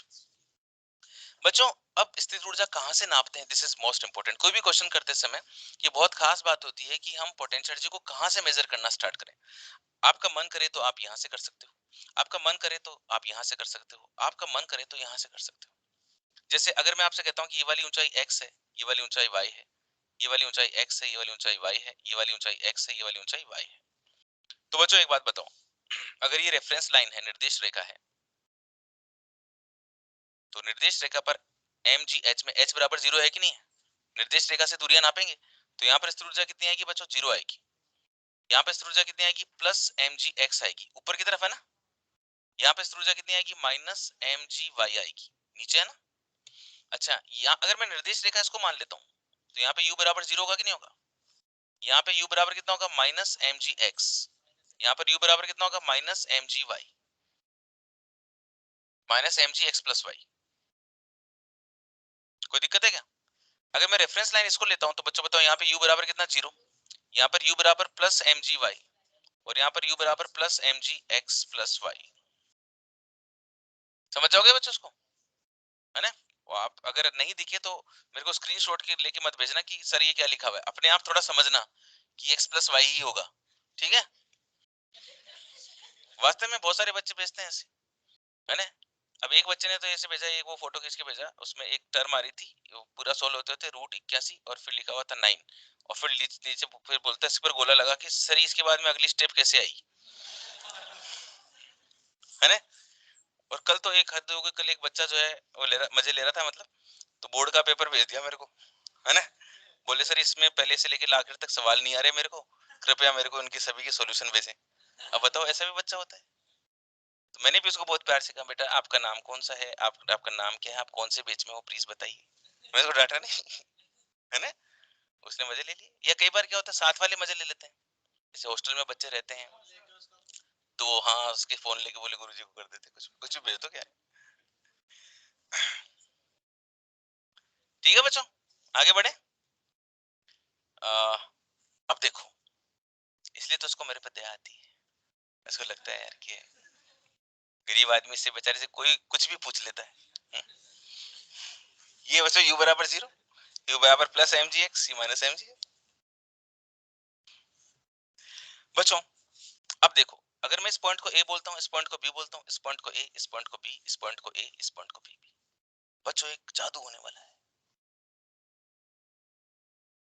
मैं u a minus u b निकालने वाला हूँ, ध्यान से तो ठीक। पॉइंट a की स्थिर ऊर्जा कितनी है बच्चों एम जी एक्स, इसमें से घटाओ इसकी ऊर्जा कितनी आई बच्चों M G x plus Y. A और बी की ऊर्जा का अंतर यहाँ पे भी निकालो, ये कितनी है बच्चों 0, इसमें से इसको घटाओ क्या मिलेगी, और यहाँ पे भी करो ऐसा। ए पर ऊर्जा है एम जी x plus y minus 0, same प्रकृति का जादू है बच्चों, दिस इज नेचर। नेचर कहती है कि दो बिंदुओं के मध्य पोटेंशियल एनर्जी का जो डिफरेंस होता है वो हमेशा सेम रहता है, वो निर्देश रेखा के चयन पर डिपेंड नहीं करता। तो आप कहीं पे भी ले लो निर्देश रेखा, कोई फर्क नहीं पड़ता। निर्देश रेखा से ऊपर जाओगे तो पोटेंशियल एनर्जी में प्लस एमजीएस लिखोगे और नीचे आओगे तो माइनस एमजीएस लिखोगे, ठीक है? एक बहुत ही प्यारा सा सवाल करने जा रहा हूं, उस सवाल को करने के लिए मुझे सबसे पहले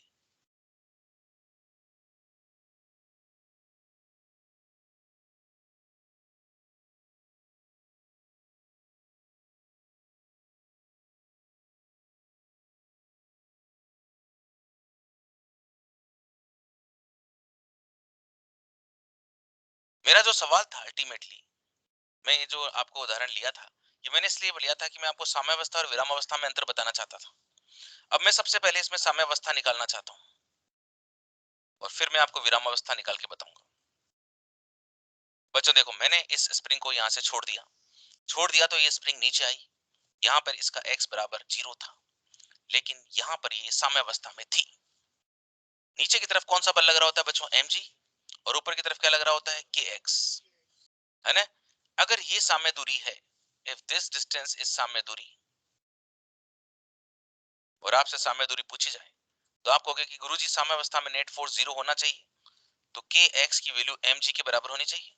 साम्य दूरी को x नोट से प्रदर्शित किया जाता है, तो x नोट बराबर कितना हो गया mg upon k, x note बराबर mg अपॉन k हो गया बच्चों, ठीक है? अच्छा, लेकिन मैं आपसे पूछूं कि इस स्प्रिंग का अधिकतम विस्तार क्या है? अधिकतम विस्तार का मतलब होता है जहां तक वो जा सकती है मैक्सिमम। स्प्रिंग कहां तक जा सकती है? जब तक वो रुकेगी नहीं तब तक चलती रहेगी, मतलब आपको विरामावस्था चाहिए। तो मेरे को विरामावस्था चाहिए बच्चों, और विरामावस्था विरामावस्था माना कि विरामावस्था ये x बराबर 0 है यहाँ पर, और माना कि ये जो दूरी है बच्चों ये xm है, ये मैक्सिमम एक्सटेंशन है m फॉर मैक्सिमम। तो बच्चों कभी भी अधिकतम विस्तार निकालना हो तो ऊर्जा संरक्षण लगाते हैं। ऊर्जा संरक्षण हमें कहता है ई इनिशियल बराबर ई फाइनल, के प्लस यू बराबर के प्लस यू। ऐसा ना जाने हम लोग कितनी बार करेंगे बच्चों। बच्चों आप मुझे गाइड कीजिएगा, ये मेरा इनिशियल पॉइंट है बच्चों। बताओ यहाँ पर गतिज ऊर्जा कितनी है, 0। बच्चों अब मुझे स्थिति ऊर्जा लिखनी है तो मुझे रेफरेंस लाइन लेनी होगी, निर्देश रेखा। बताओ मैं ऊपर वाली लूं कि नीचे वाली लूं? ऊपर वाली। मेरे बच्चे चाहते हैं कि मैं इसको निर्देश रेखा लूं, मैंने इसी को निर्देश रेखा ले ली। बच्चों बताओ स्थिति ऊर्जा कितनी है अभी? 0 है। स्प्रिंग में भी कोई ऊर्जा नहीं है। फाइनल जब मैं यहाँ पर पहुंच चुका हूं तो बच्चों गतिज ऊर्जा कितनी होगी मेरी? 0, क्योंकि वो तो विरामावस्था है। इनिशियल भी 0 और फाइनल भी 0। अच्छा अब नीचे जब मैं जाऊंगा तो स्थिर ऊर्जा क्या लिखूंगा? Minus M G x m. इस बीच में स्प्रिंग में विस्तार हुआ कि नहीं हुआ? तो स्प्रिंग में भी तो ऊर्जा संचित हुई है। कितनी? Half k x m square. तो half k x m square बराबर कितना हो गया बच्चों? M G x m. X m से एक्स एम कट गया और एक्स एम बराबर कितना आया? 2 एम जी अपॉन के। ये दुगनी आई ना बच्चों साम्य दूरी की। तो विराम जब ये इधर की तरफ आती है तो बिल्कुल बीच में तो ये साम्यावस्था में होती है, और ये एम जी अपॉन के आया था मेरे पास में, देखो ये इसके जस्ट डबल पर यहाँ पे ये विरामावस्था में आई है। तो साम्यावस्था और विरामावस्था दोनों अलग अलग चीजें हैं। आई थिंक ये आपको समझ में आया होगा। फिर भी कोई दिक्कत आती है तो रिकॉर्डिंग अवेलेबल है ना? आप एक बार, दो बार, तीन बार, जितनी बार आपको सुनना हो आप सुन सकते हैं। ठीक है, कोई दिक्कत आ रही? नो प्रॉब्लम, आगे बढ़ जाऊं? हाँ लेकिन एक बात और ध्यान में, रिकॉर्डिंग पे कभी भरोसा मत करना, क्योंकि क्या पता रिकॉर्डिंग हो ना हो। मैंने तो बटन दबा दिया लेकिन क्या पता सिस्टम कर रहा है कि नहीं कर रहा। क्या पता वो कितनी देर के बाद में रिमूव हो जाए। क्या पता वो आपके फोन में चले कि ना चले। क्या पता। ठीक है, नहीं तो फिर मैं तुमसे यही कहूंगा, मैंने कहा था ना, मैंने कहा था ना मैंने कहा था ना राज भाव जी नहीं मानेंगे।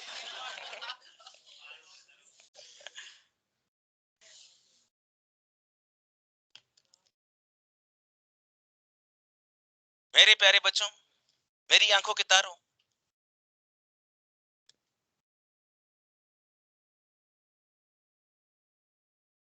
देखो बच्चों, u बराबर हाफ के एक्स स्क्वायर, ये मेरे पास सूत्र है बच्चों। अगर मैं इस सूत्र में k से गुणा और k से भाग कर दूं तो k square x square upon 2k हो जाएगा। kx को देख के ही आपके मन में फोर्स आता है, तो आज आपके पास में u के एक नहीं दो सूत्र है। ये वाला सूत्र आपको तब यूज करना होता है जब कभी कंपैरिजन चल रहा हो और x सेम दे रखा हो, और ये वाला तब यूज करना है जब कंपैरिजन चल रहा हो और f सेम दे रखा हो। इन दोनों सूत्रों को अच्छे से देख लीजिए, क्योंकि आपकी स्क्रीन पर आने वाला है नीट में आया हुआ एक बहुत ही प्यारा सा सवाल जिसे हर बच्चा सोल्व करके दिखाएगा। लिख लीजिए अपनी कॉपी में।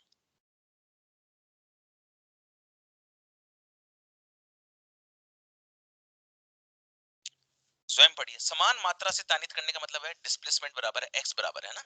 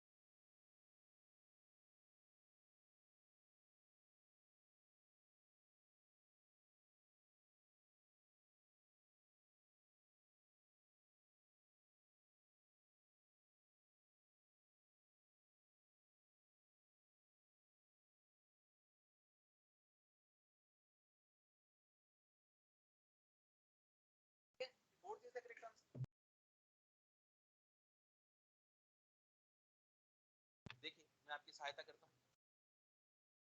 बच्चों पहले तो आपका पहली स्थिति है जिसमें समान मात्रा में तानित किया फिर समान बल से तानित किया, तो वर्ग का क्या फॉर्मूला होता है? वर्ग बराबर होता है हाफ के एक्स स्क्वायर।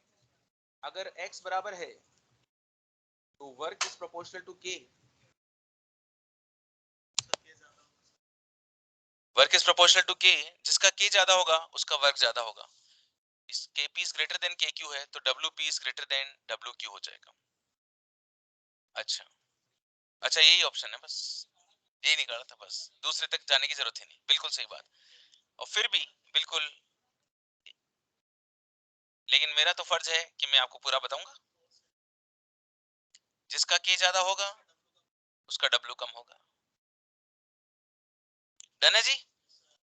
चलो जी बच्चों, ये एक सवाल, एक्चुअली पावर के क्वेश्चंस हमने करे हैं बच्चों। और मैं आपको एक बात बता देना चाहता हूं कि पावर के जो सवाल होते हैं उनमें डिफरेंशिएशन यूज होता है।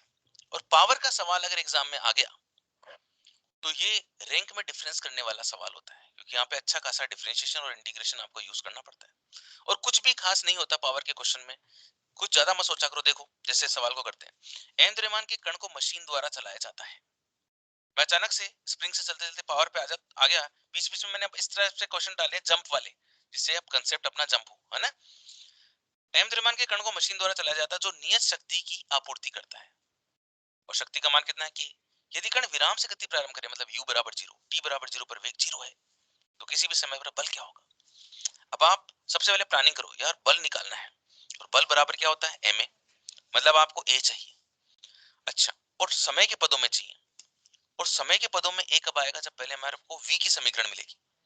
जब v की समीकरण टाइम के पदों में मिलेगी तो हमारे को त्वरण मिल जाएगा। आपने बोला गुरुजी v चाहिए t के पदों में। कोई भी सवाल आते हैं आपके पास एक ही चीज आती है, बस अब यहाँ से शुरू करना, p बराबर fv और f बराबर ma। तो पहले गुरुजी ने हमको बताया था कि a बराबर dv अपॉन dt रखा करो अगर टाइम की बात हो तो। और p का मान कितना है बच्चों, k, तो v dv बराबर कितना हो गया, k dt अपॉन m। दोनों तरफ समाकलन कर दूं बच्चों। t बराबर 0 पर वेग कितना है, 0, और t समय पर वेग चाहिए मुझे। v स्क्वायर बाई 2 होगा कि नहीं होगा, k upon m into T होगा कि नहीं होगा। प्यारे प्यारे बच्चों, v स्क्वायर का मान आ गया 2km इंटू टी। v बराबर आ गया root 2k upon m into t की पावर हाफ। ये मैंने वेग निकाल लिया, है ना, चुटकियों में, क्योंकि मुझे डिफरेंशिएशन करना आता है, फॉर्मूला लगाना आता है। और अगर मेरे पास में ये v आ गया है तो मेरे पास a आ जाएगा, क्योंकि a बराबर होता है dv अपॉन dt।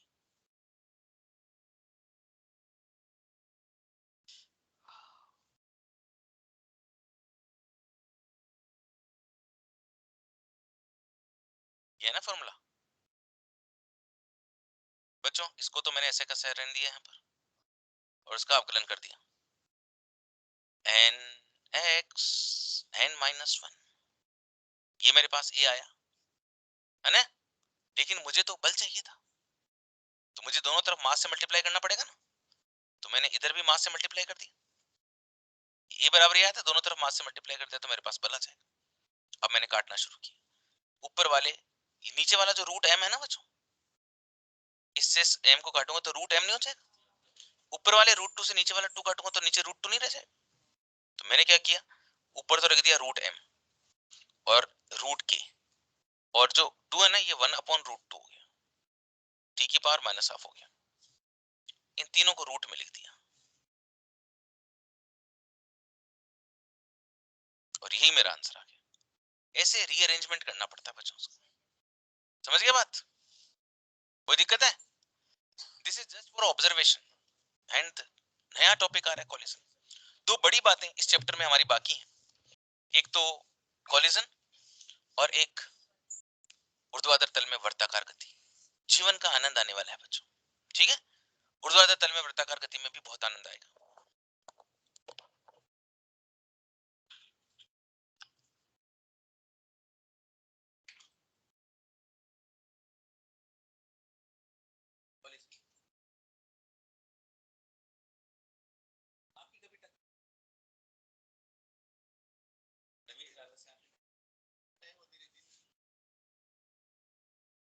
टक्कर के बारे में तो आप जानते हैं क्या होती होगी।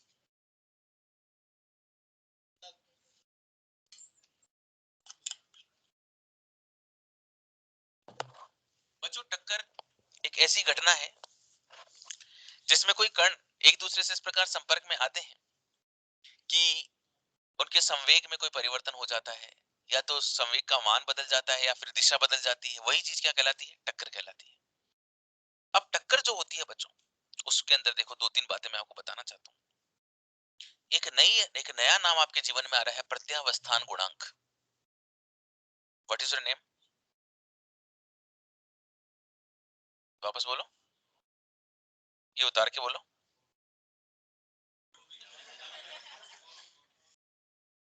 क्या बोल रहे? बॉबिन? बॉबी?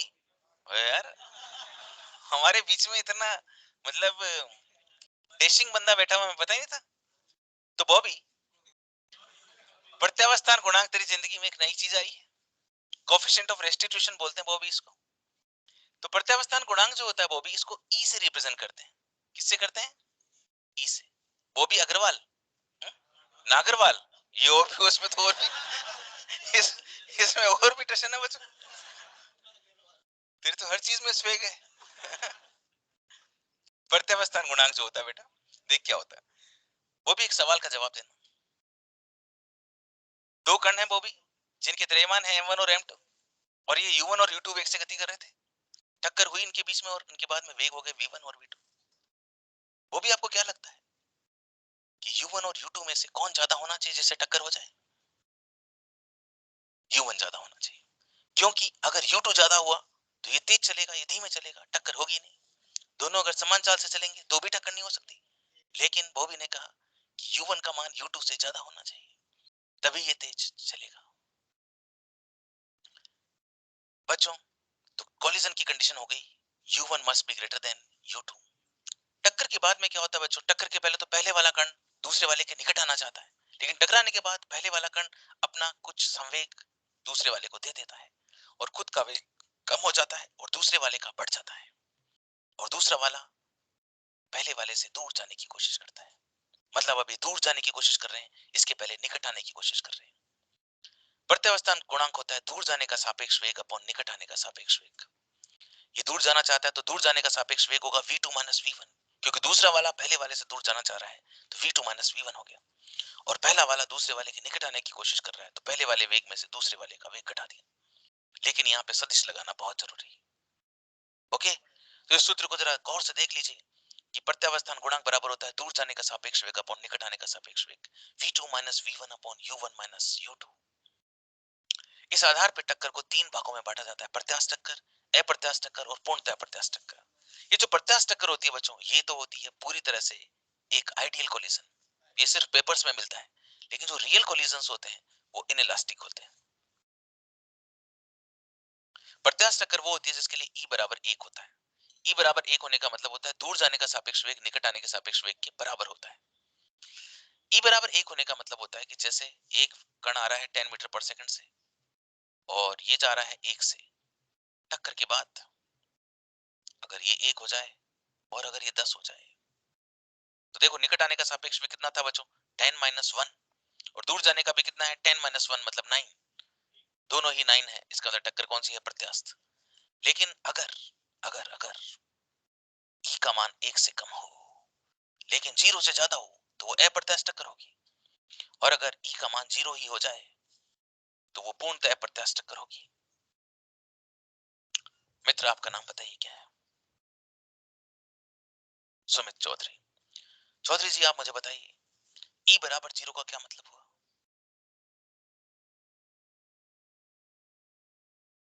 E बराबर 0 होने का मतलब सुमित, दूर जाने का सापेक्ष वेग कितना होना चाहिए? 0। ये 0 कब होगा बच्चों? जब ये दोनों एक दूसरे से कटेंगे, और ये कटेंगे तब जब v2 और v1 बराबर होंगे। जब टक्कर के बाद दोनों की चाल बराबर हो जाती है, टक्कर के बाद जब दोनों कण संयुक्त होकर चलते हैं, एक दूसरे से सेपरेट नहीं हो पाते। सेपरेट तो तब होगा ना जब वेग अलग अलग होगा। जब समान ही हो गया, टक्कर हुई, टक्कर के बाद में वो एक ही कॉमन वेलोसिटी से मूव कर रहे हैं, तो वो टक्कर कैसी है? पूर्णतः प्रत्यास्थ। तो इसमें क्या होता है कि कण संयुक्त होकर गति करते हैं,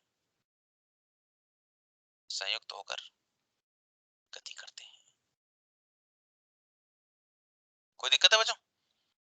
तो जैसे बच्चों, इसका उदाहरण क्या है कि जैसे एक मिट्टी का बैग है जो लटका हुआ है ऐसे, यहाँ से गोली आती है और गोली इसमें धंस जाती है और बैग और गोली दोनों एक साथ मूव करते हैं, है ना। तो टक्कर कितने प्रकार की बच्चों? 3 प्रकार की। अब हर टक्कर के बारे में डिटेल में पढ़ते हैं। सबसे पहले प्रत्यास्थ टक्कर, इसको अंग्रेजी में इलास्टिक कोलिजन कहते हैं। इसके लिए E बराबर 1 होता है बच्चों, इसमें संवेग संरक्षण का नियम लगता है। मित्र, आपका नाम क्या है? विकास। मुझे बताओ LOCLM क्या होता है? Very good. LOCLM क्या होता है? Law of conservation of linear momentum. इसमें संवेग संरक्षण का नियम लगता है, LOCLM लगता है। और गति ऊर्जा संरक्षण भी लगता है। घटना के पहले की गतिज ऊर्जा बराबर घटना के बाद की गतिज ऊर्जा। काइनेटिक एनर्जी का लॉस नहीं होता। टक्कर के दौरान घटना के पहले की काइनेटिक एनर्जी और घटना के बाद की काइनेटिक एनर्जी तो बराबर होती है, लेकिन टक्कर के दौरान की काइनेटिक एनर्जी संरक्षित नहीं रहती। मित्र शर्मा जी, आप आपका कंसंट्रेशन थोड़ा बीच में भंग हो गया। बाकी आप पूरी क्लास में मैंने देखा था आप बिल्कुल अलर्टनेस के साथ पढ़ रहे थे। फिर बीच में एक दौर ऐसा आया जब कोई आपके दिमाग में बात आ गई और फिर उसके बाद में आप कभी इधर देख रहे हो कभी इधर देख रहे हो, लेकिन परेशान हो रहे हो। टक्कर के दौरान काइनेटिक एनर्जी संरक्षित नहीं रहती है ना। गतिज ऊर्जा घटना के पहले और घटना के बाद में तो बराबर रहेगी, पर जब टक्कर हो रही होती है तो गतिज ऊर्जा संरक्षित नहीं रहती है। कुल ऊर्जा संरक्षण का नियम लगेगा ही लगेगा, इसको तो कोई हटा ही नहीं सकता। बच्चों, एक कण जिसका द्रव्यमान m1, वेग u1, m2, u2, v1, v2, टक्कर के बाद के वेग, टक्कर के पहले कंडीशन, टक्कर के बाद की कंडीशन। अगर मैं यहाँ पे संवेग संरक्षण का नियम लगाता हूँ बच्चों, तो बच्चों बताओ क्या इक्वेशन बनेगी? m1 u1 plus m2 u2 बराबर m1 v1 plus m2 v2। ये तो लगना है। गतिज ऊर्जा संरक्षित रहनी है तो half m1 u1 square plus half m2 u2 square बराबर half m1 v1 square plus half m2 v2 square. And E बराबर 1 है तो v2 minus v1 upon u1 minus u2, ये बराबर 1, v2 माइनस v1 बराबर u1 माइनस u2। ये तीनों equations का यूज करके जब आप 11वीं क्लास में थे तो एक डेरिवेशन करके आप एक उत्तर लाते थे।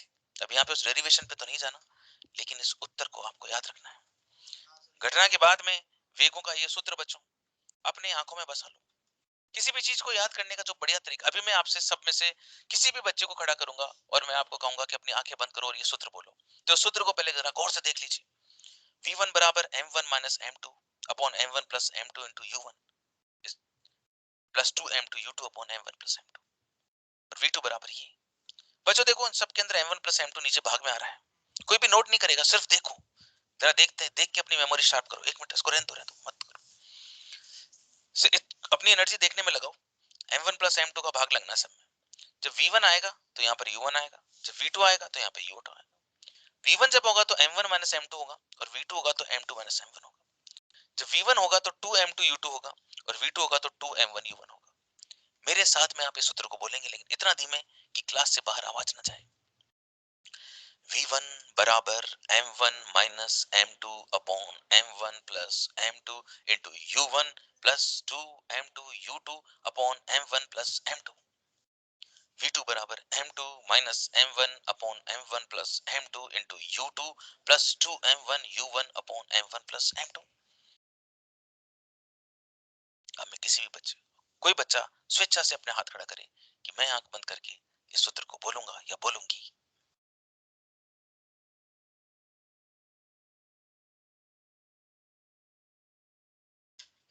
आंखें बंद करो पहले तो, v1 बोलो।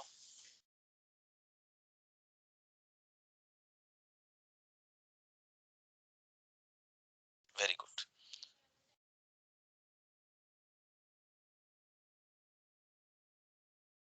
बहुत बढ़िया। और कौन है जो बोलना चाहेगा सूत्र को? बोलिए। नहीं, स्वयं की इच्छा तो होती है, लेकिन हम सोचते हैं यार क्यों हम ज्यादा वो बने, क्या पता कुछ गलती हो गई तो, है ना। ऐसा नहीं सोचना, अपनी क्लास में ऐसा कोई वो वाली बात नहीं, ठीक है ना। मतलब अगर आप मेरी क्लास में भी संकोच कर रहे हो तो फिर तो कुछ नहीं हो सकता बच्चों। यहाँ तो आप पूर्ण तरह से आजाद हैं, अगर पढ़ाई की कोई बात हो रही है तो आप फुल एंजॉय कीजिए उस चीज को, है ना। बताओ कौन है वो बच्चा?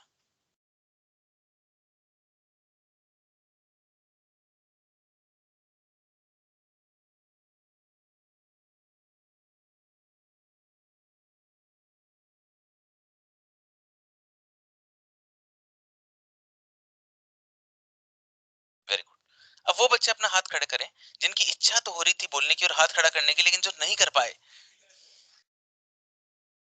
जिनकी मन की मन में ही रह गई। आपकी और आपकी, क्या आप अपने मन की इच्छा पूरी करना चाहते हैं? तो V1 का सूत्र आप बताएंगे और V2 का आप बताएंगे।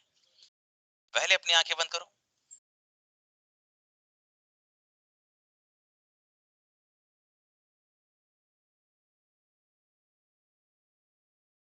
Very good. देखा, आपकी मनोकामना पूरी हुई आज। आप बताओ V2।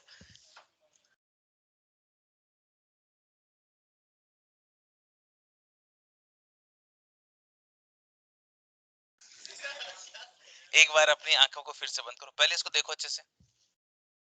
अब अपनी आंखें बंद करो।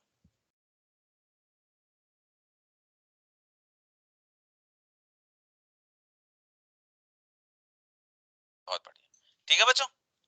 अब देखो इनकी एप्लीकेशंस करते हैं। पहला केस, अगर दोनों बॉल्स के मास बराबर हों बच्चों, पहली गेंद का द्रव्यमान और दूसरी गेंद का द्रव्यमान बराबर हो, तो V1 और V2 के वैल्यूज क्या होंगे, जरा ध्यान से देखिएगा। बहुत ही अच्छा अपन को रिजल्ट मिलने वाला है। अगर दोनों बॉल्स का मास बराबर होता है बच्चों, और ये मान लीजिए U1 से आ रही है और ये U2 से आ रही है, कोलिजन के बाद में इनकी स्पीड जो है वो मैं आपको बताने जा रहा हूँ। देखो, अगर ये भी m है प्यारे बच्चों और ये भी m है, तो m में से m घटेगा तो 0 हो जाएगा नहीं। ये m, ये m, ये m, ये ऊपर 2m और नीचे भी 2m, 2m से 2m कट गया तो कितना आ जाएगा, U2 आ जाएगा। और ये भी m और ये भी m, तो पूरा 0 हो गया। ऊपर 2m और ये नीचे भी तो U1 हो गया। तो V1 की वैल्यू तो हो गई U2 और U2 की वैल्यू हो गई V2 की वैल्यू हो गई U1। पहली वाली का वेग दूसरी वाली के पास में आ गया, दूसरी वाली का वेग पहली वाली के पास आ गया, है ना। It is a case of velocity exchange, है ना। यहाँ पे वेलोसिटी क्या हो रही है बच्चों, एक्सचेंज हो रही है। वेलोसिटी एक्सचेंज होगी तो काइनेटिक एनर्जी एक्सचेंज होगी। अच्छा, और देखिए इसमें भी एक और बहुत स्पेशल केस है। अगर दोनों के मास बराबर हो और दूसरी वाली बॉल रुकी हुई हो, वेलोसिटी तो एक्सचेंज होनी है बच्चों। तो पहली वाली की जो दूसरी वाली रुकी हुई थी, तो पहली वाली रुक जाएगी ना बच्चों, और दूसरी वाली चलने लग जाएगी पहली वाली के वेग से। तो जब दो गेंदों के मास बराबर होते हैं और दूसरी वाली गेंद रुकी हुई होती है, तो क्या होता है कि पहली वाली जो गेंद होती है वह रुक जाती है और दूसरी वाली चलने लग जाती है उसके वेग से। जैसे ये 10 मीटर पर सेकंड से आ रही है, ये रुकी हुई है, तो टक्कर के बाद में ये रुक जाएगी और ये 10 मीटर पर सेकंड से चलने लग जाएगी। ठीक है। अच्छा, लेकिन ऐसा कब होगा, जब दोनों के मास आपस में बराबर होंगे। और ये केस जो है ना बच्चों, ये बहुत बहुत ज्यादा क्वेश्चंस में आता है, अभी आपको अंदाजा लगेगा। M1 is very very greater than M2। जैसे ये एक कार है जो चलती हुई आ रही है और यहाँ पे एक बॉल है और ये बॉल को हिट कर रही है, तो M1 M2 से बहुत ज्यादा है ना बच्चों। तो मैं सबसे पहले ले रहा हूँ किसका वेग U1, और मैं इसको रेस्ट में मानूंगा, लेकिन अभी एक बार के लिए इसका वेग मैं U2 ले लेता हूँ मान लीजिए। और M1 इसका मास है, M2 इसका मास है, और M1 is very very greater than M2। M1 इतना ज्यादा है यार कि कार के द्रव्यमान के सामने फुटबॉल के द्रव्यमान को हम लोग नेग्लेक्ट कर सकते हैं। तो मैंने M2 को नेग्लेक्ट कर दिया, नेग्लेक्ट कर दिया, नेग्लेक्ट कर दिया, पर ऊपर वाले इस M2 को नेग्लेक्ट नहीं किया, क्योंकि नेग्लेक्ट हम लोग तब करते हैं जब तुलना होती है, और तुलना हमेशा दो की होती है। यहाँ दो थे तो तुलना करी, यहाँ दो थे तो तुलना करी, यहाँ दो थे तो तुलना करी। अंश में सिर्फ M2 है, M1 है ही नहीं, तो तुलना की कोई बात ही नहीं। तो इनको नेग्लेक्ट कर दिया, इसको नेग्लेक्ट कर दिया, इसको नेग्लेक्ट कर दिया, तो ऊपर M1 नीचे M1, M1 से M1 कट गया, तो यहाँ पे क्या आ गया बच्चों, U1 plus 2M2 upon M1। यहाँ पर क्या हुआ बच्चों, M2 को नेग्लेक्ट, नेग्लेक्ट, नेग्लेक्ट, M1 से M1 कट गया तो कितना आ जाएगा, माइनस U2, प्लस ऊपर के M1 से नीचे वाला M1 कट जाएगा, 2U1। कोई दिक्कत है?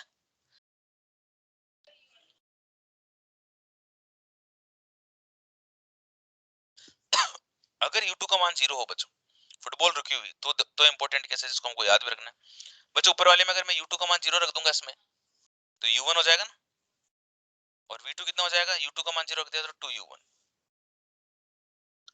बच्चों ये मैंने यहाँ पे इसको 0 रख दिया तो सिर्फ U1 आ गया, इसको 0 रख दिया तो 2U1 आ गया। बच्चों एक कमाल की बात है, देखो इसका मतलब हुआ कि टक्कर के बाद में जो कार है वो अपनी उसी स्पीड से चलती रहेगी जिस स्पीड से वो आई थी। लेकिन फुटबॉल को जो वेग मिला है वह कार का डबल मिल जाएगा बच्चों। बच्चों वेग तो यहाँ पे भी मिल रहा था, लेकिन यहाँ पे जितना था उतना मिल रहा था, यहाँ जितना है उससे डबल मिल रहा है। तो ये वो केस है जिसमें चाल का अधिकतम स्थानांतरण होता है। चाल का अधिकतम स्थानांतरण 200% चाल ट्रांसफर हो गई, वहां तो 100% ही हुई थी, है ना? ये कैसे याद रखोगे मित्र? आपका नाम क्या है? ऋषभ? निशांत? मैंने आपका नाम पहली बार पूछा? पहले भी पूछा था? हुँ? निशांत, जरा देखो बेटा, m1 की वैल्यू अगर m2 से बहुत कम हो निशांत, ये एक चट्टान है निशांत, और एक गेंद आ रही है निशांत इसकी तरफ।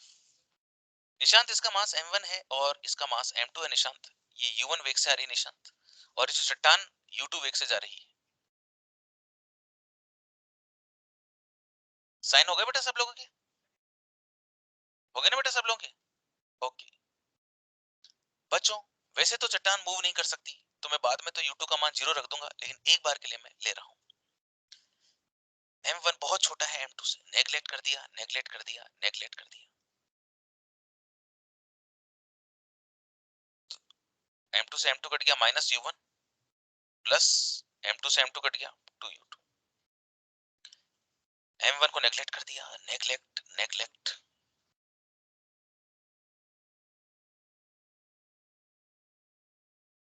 है ना?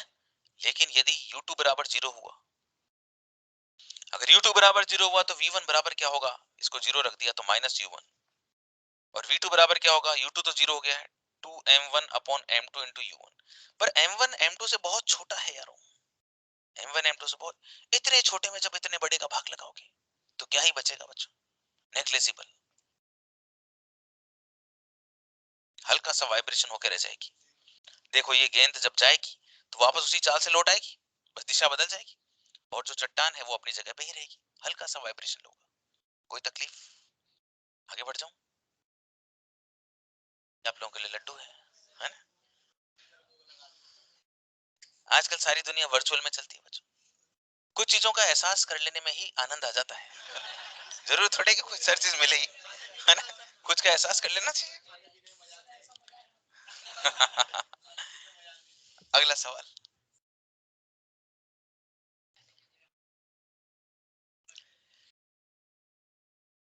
अपना तो हर दिन जन्मदिन है बच्चों। सोचो, हम जब मिलते हैं, जो 1 घंटे 40 मिनट का जो समय होता है, ये आनंद से भरा हुआ समय होता है कि नहीं होता? अद्भुत आनंद आता है, मतलब जीवन ऐसा लगता है कि भैया बस कुछ नहीं चल रही है, बस यही चले, बस 1 घंटे 40 मिनट ही चले, लेकिन इससे ज्यादा नहीं चले। बोले भाई इसके आगे नहीं। ये गेंद 10 मीटर प्रति सेकंड की वेग से चल रही है। देखो बच्चों, 10 मीटर पर सेकंड के वेग से चल रही है, इसकी त्रिज्या 30 सेंटीमीटर है। यह एक अन्य स्थिर गेंद के साथ में प्रत्यास्थ टक्कर करती है, और ये जो दूसरी वाली जो स्थिर गेंद है इसकी रेडियस 10 सेंटीमीटर है, मान लीजिए आपको दिया हुआ है। टक्कर के बाद पहली गेंद रुक जाती है और दूसरी गेंद 10 मीटर पर सेकंड की चाल से गतिमान हो जाती है। पहली और दूसरी गेंद के घनत्व का अनुपात बताना। मित्र, इस सवाल को देखने के बाद में आपके मन में जो विचार उठ रहे हैं वो आप शेयर करें हमसे।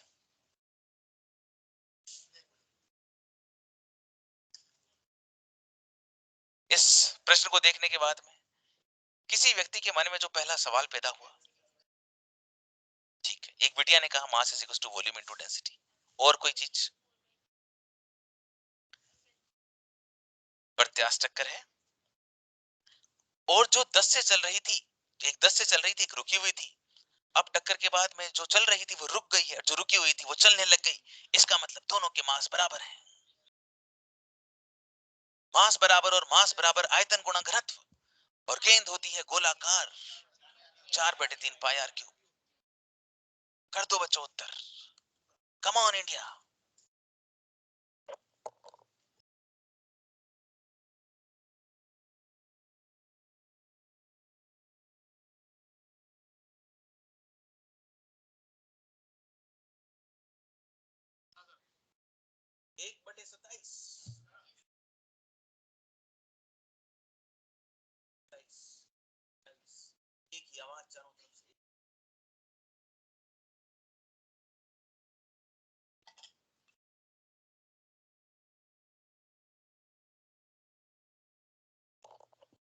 आओ बच्चों,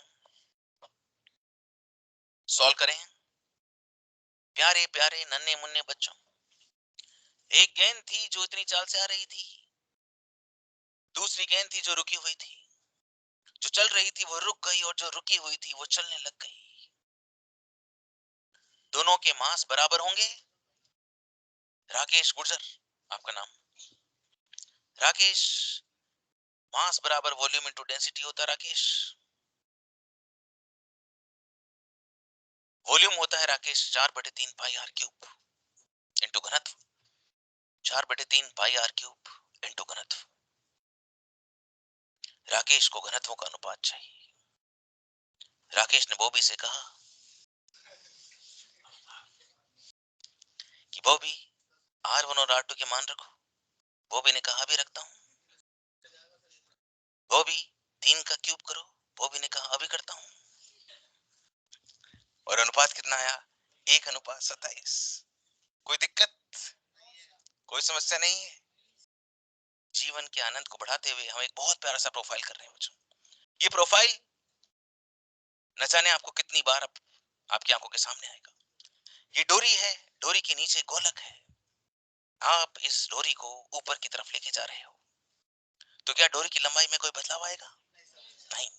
लेकिन आपको ऊंचाई बतानी है कि अगर मैं थीटा एंगल पे ले गया तो ऊंचाई क्या होगी। आप कहते हैं कि गुरुजी, ये भी एल और ये भी एल। गुरुजी, थीटा दिखते ही हमारा मन करता है कि हम लंब डालें, और आपने यहाँ पे लंब डाल दिया, क्योंकि लंब डालते ही आपके पास में त्रिकोणमिति को सॉल्व करने के, त्रिकोणमिति का उपयोग करने के हथियार आ जाते हैं। आपने कहा, गुरुजी, अगर ये एल है और अगर ये थीटा है तो ये एल कॉस थीटा होगा गुरुजी, क्योंकि हमें पता है जिसके साथ थीटा बनता है उधर घटक कॉस घटक होता है। ये एच है गुरुजी, और अगर मैं एच में एल कॉस थीटा को जोड़ दूं तो मुझे एल मिलेगा। एच बराबर L minus L cos theta होगा गुरुजी, और एल को मैं बाहर ले लूंगा, और इस सूत्र को मैं बॉक्स में बंद करके हमेशा के लिए याद रखूंगा। एच बराबर L one minus cos theta होता है। इस सूत्र को याद करने से किशन एक फायदा होगा कि आपका समय बचेगा। एच बराबर L one minus cos theta, H बराबर L one minus cos theta, H बराबर L one minus cos theta. ठीक है? लेकिन थीटा कौन सा है बेटा? ये है। सुमन कहती है कि मैं इस फॉर्मूले को कभी नहीं भूलूंगी गुरुजी। सुमन ही हो ना? एच बराबर L one minus cos theta. ठीक है? कोई दिक्कत है? सुमन के मन में आ रहा है कि गुरुजी एक सवाल करवाओ मुझे इस पे, क्योंकि जब तक मैं सवाल नहीं करती तब तक मुझे अच्छा नहीं लगता। एच बराबर L one minus cos theta. बच्चों, आपको याद है वो दिन जब मैं किसी कण को छोड़ दिया करता था और वो जमीन पर √2gh वेग से पहुंचता था? आपको याद है वो दिन कि जब h ऊंचाई के नत्तल से किसी कण को छोड़ देने पर वो नीचे की तरफ पहुंचता था तो उसका वेग √2gh होता? आज फिर इतिहास खुद को दोहराएगा, और इसे छोड़ देने पर जब ये यहाँ पर पहुंचेगा तो उसका वेग होगा √2gh। बोलो गुरुजी, प्रूफ करके बताओ। ऐसे नहीं मानूंगा। बच्चों, यहाँ पर इसके पास कौन सी एनर्जी है? पोटेंशियल। काइनेटिक एनर्जी कितनी है? 0, क्योंकि मैंने इसको रिलीज किया है। टेंशन एक ऊर्जा नहीं होती, वो बल होता है। इसको मैंने रिलीज किया, ये पॉइंट ए, ये पॉइंट बी। ए से बी तक जब ये आएगा तो स्थिति ऊर्जा की सारी खत्म हो जाएगी। लॉस ऑफ पोटेंशियल एनर्जी बराबर gain in kinetic energy. Potential energy में लॉस हुआ mgh, लेकिन जो मिला इसको वो था हाफ mv²। मास से मास कट गया और v बराबर आया √2gh। ओके, लेकिन इस h का मान होगा L1 माइनस कॉस थीटा। ये डोरी है जिसकी लंबाई है 40 मीटर। ऊर्ध्वाधर के साथ 60 डिग्री के कोण पर मैंने इसको रिलीज कर दिया है। ये टेबल है जिसकी ऊंचाई है 320 मीटर, और यहाँ पर एक गेंद रखी हुई है। ये वाली गेंद इसके साथ में आती है और टकराती है प्रत्यास्थ रूप से। जब प्रत्यास्थ रूप से टकराएगी तो अपना वेग सारा इसको देगी कि नहीं देगी? देगी। अगर इसने इसको अपना सारा वेग दे दिया तो ये स्वयं तो रुक जाएगी और इसको आगे भेज देगी। आगे ये प्रोजेक्टाइल मोशन करता हुआ गिरेगा कि नहीं गिरेगा? मेरे बच्चों को बतानी है कि रेंज क्या होगी। आर बताना है। रेंज का जो सूत्र होता है हिमांशु, √2h/g होता है। और जो u है बेटा हिमांशु, इसकी वैल्यू √2gh होगी। यहां जो h होता है हिमांशु, वो L1 - cos थीटा होता है। हिमांशु अगर तू 40, हिमांशु तू खुश नहीं है पिछले कई दिनों से। अगर तू खुश रहना चाहता है तो तेरा कंसंट्रेशन बढ़ा। तेरे जीवन में जो भी चल रहा है, जब क्लास में है तो उसको भूल जाया कर, है ना? तेरे जीवन में खुशियां आ जाएंगी और तू खुश बहुत अच्छा लगता है। पहले जब तू खुश रहता था ना, तो मैं ऐसे क्लास में पढ़ाता था तो मैं तेरी तरफ देखता था, है ना? क्योंकि खुश बच्चों को देखने से मन में खुशी होती। पर आजकल तेरे चेहरे की वो खुशी गायब हो गई, तो उधर देखने से वो एनर्जी नहीं मिलती। मतलब नहीं, मास्क से कुछ फर्क नहीं पड़ता, आंखों से झलकती है वो चीज तो, है ना? और हर व्यक्ति खुशी की तरफ ही देखना चाहता है। यू बराबर। बच्चों कितना आ रहा है? 40।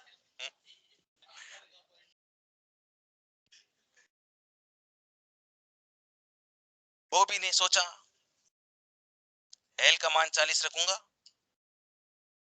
ये 60। वो भी जानता था cos 60 का मान हाफ होता है। बॉबी ने 2 से भाग लगाया। बॉबी को h मिला 20 मीटर। बॉबी के पास वेग आया √2gh, h का मान 20।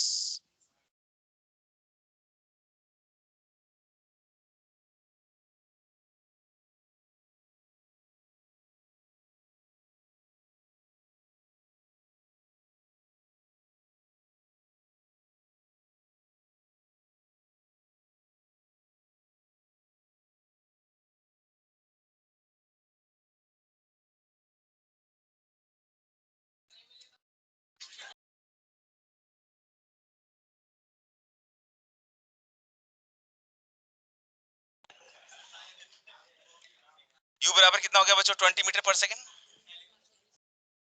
बॉबी ने कहा कि ये 20, h बराबर 320 और g का मान 10। 20 एंड √64। कुछ लोग अपना बेग बांध रहे हैं, इसके बाद तो कोई क्लास भी नहीं है। 160 मीटर, r बराबर 160 मीटर। एक खास मैं आपको बात बताता हूँ कि टुमारो इज संडे और इट मे बी कि आपकी क्लास एक ऑनलाइन एक्स्ट्रा हो। उस क्लास में अगर होती है बाय चांस, तो हम लोग क्वेश्चन प्रैक्टिस करेंगे। प्रैक्टिस सेशन होगा वो, अगर होगा तो उसको आप अपना एक छोटा सा टेस्ट मान के चलो, है ना? और उसमें मैं बहुत ही प्यारे प्यारे से क्वेश्चन करवाऊंगा आपको वर्क एनर्जी पावर की। So don't miss it. और उसकी रिकॉर्डिंग के भरोसे मत रहना, है ना? क्योंकि मैं शायद 2-3 बैचेस के साथ लूंगा, अगर लूंगा तो हो सकता है नहीं भी लूं, पर अगर मैंने लिया तो 2-3 बैचों का साथ लूंगा, तो हो सकता है फिर उसमें रिकॉर्डिंग नहीं होती। टाइम मेरे को अभी पता नहीं। आप एमएस टीम पे आज रात को 8 बजे के पहले देख लेना। ऑफलाइन क्या, कल यहाँ पे एनथे का एग्जाम, कोई एग्जाम है ये, हाँ, इसलिए वो बिल्डिंग्स वो रहेंगी। हाँ तो मंडे को क्योंकि टेस्ट है तो मंडे को रख नहीं सकते क्लास। अच्छा क्लास भी है क्या? अच्छा अगर मंडे को क्लास होती है तो फिर देखेंगे क्या होता है। अच्छा मंडे को अगर क्लास है तो उसका मतलब फिर संडे को आपकी एक्स्ट्रा क्लास नहीं होगी।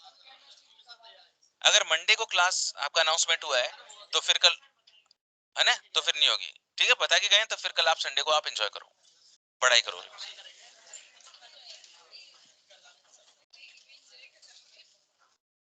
ओके बच्चों, टाटा बाय बाय। आपकी मैं अटेंडेंस ले लेता हूँ। Thank you sir.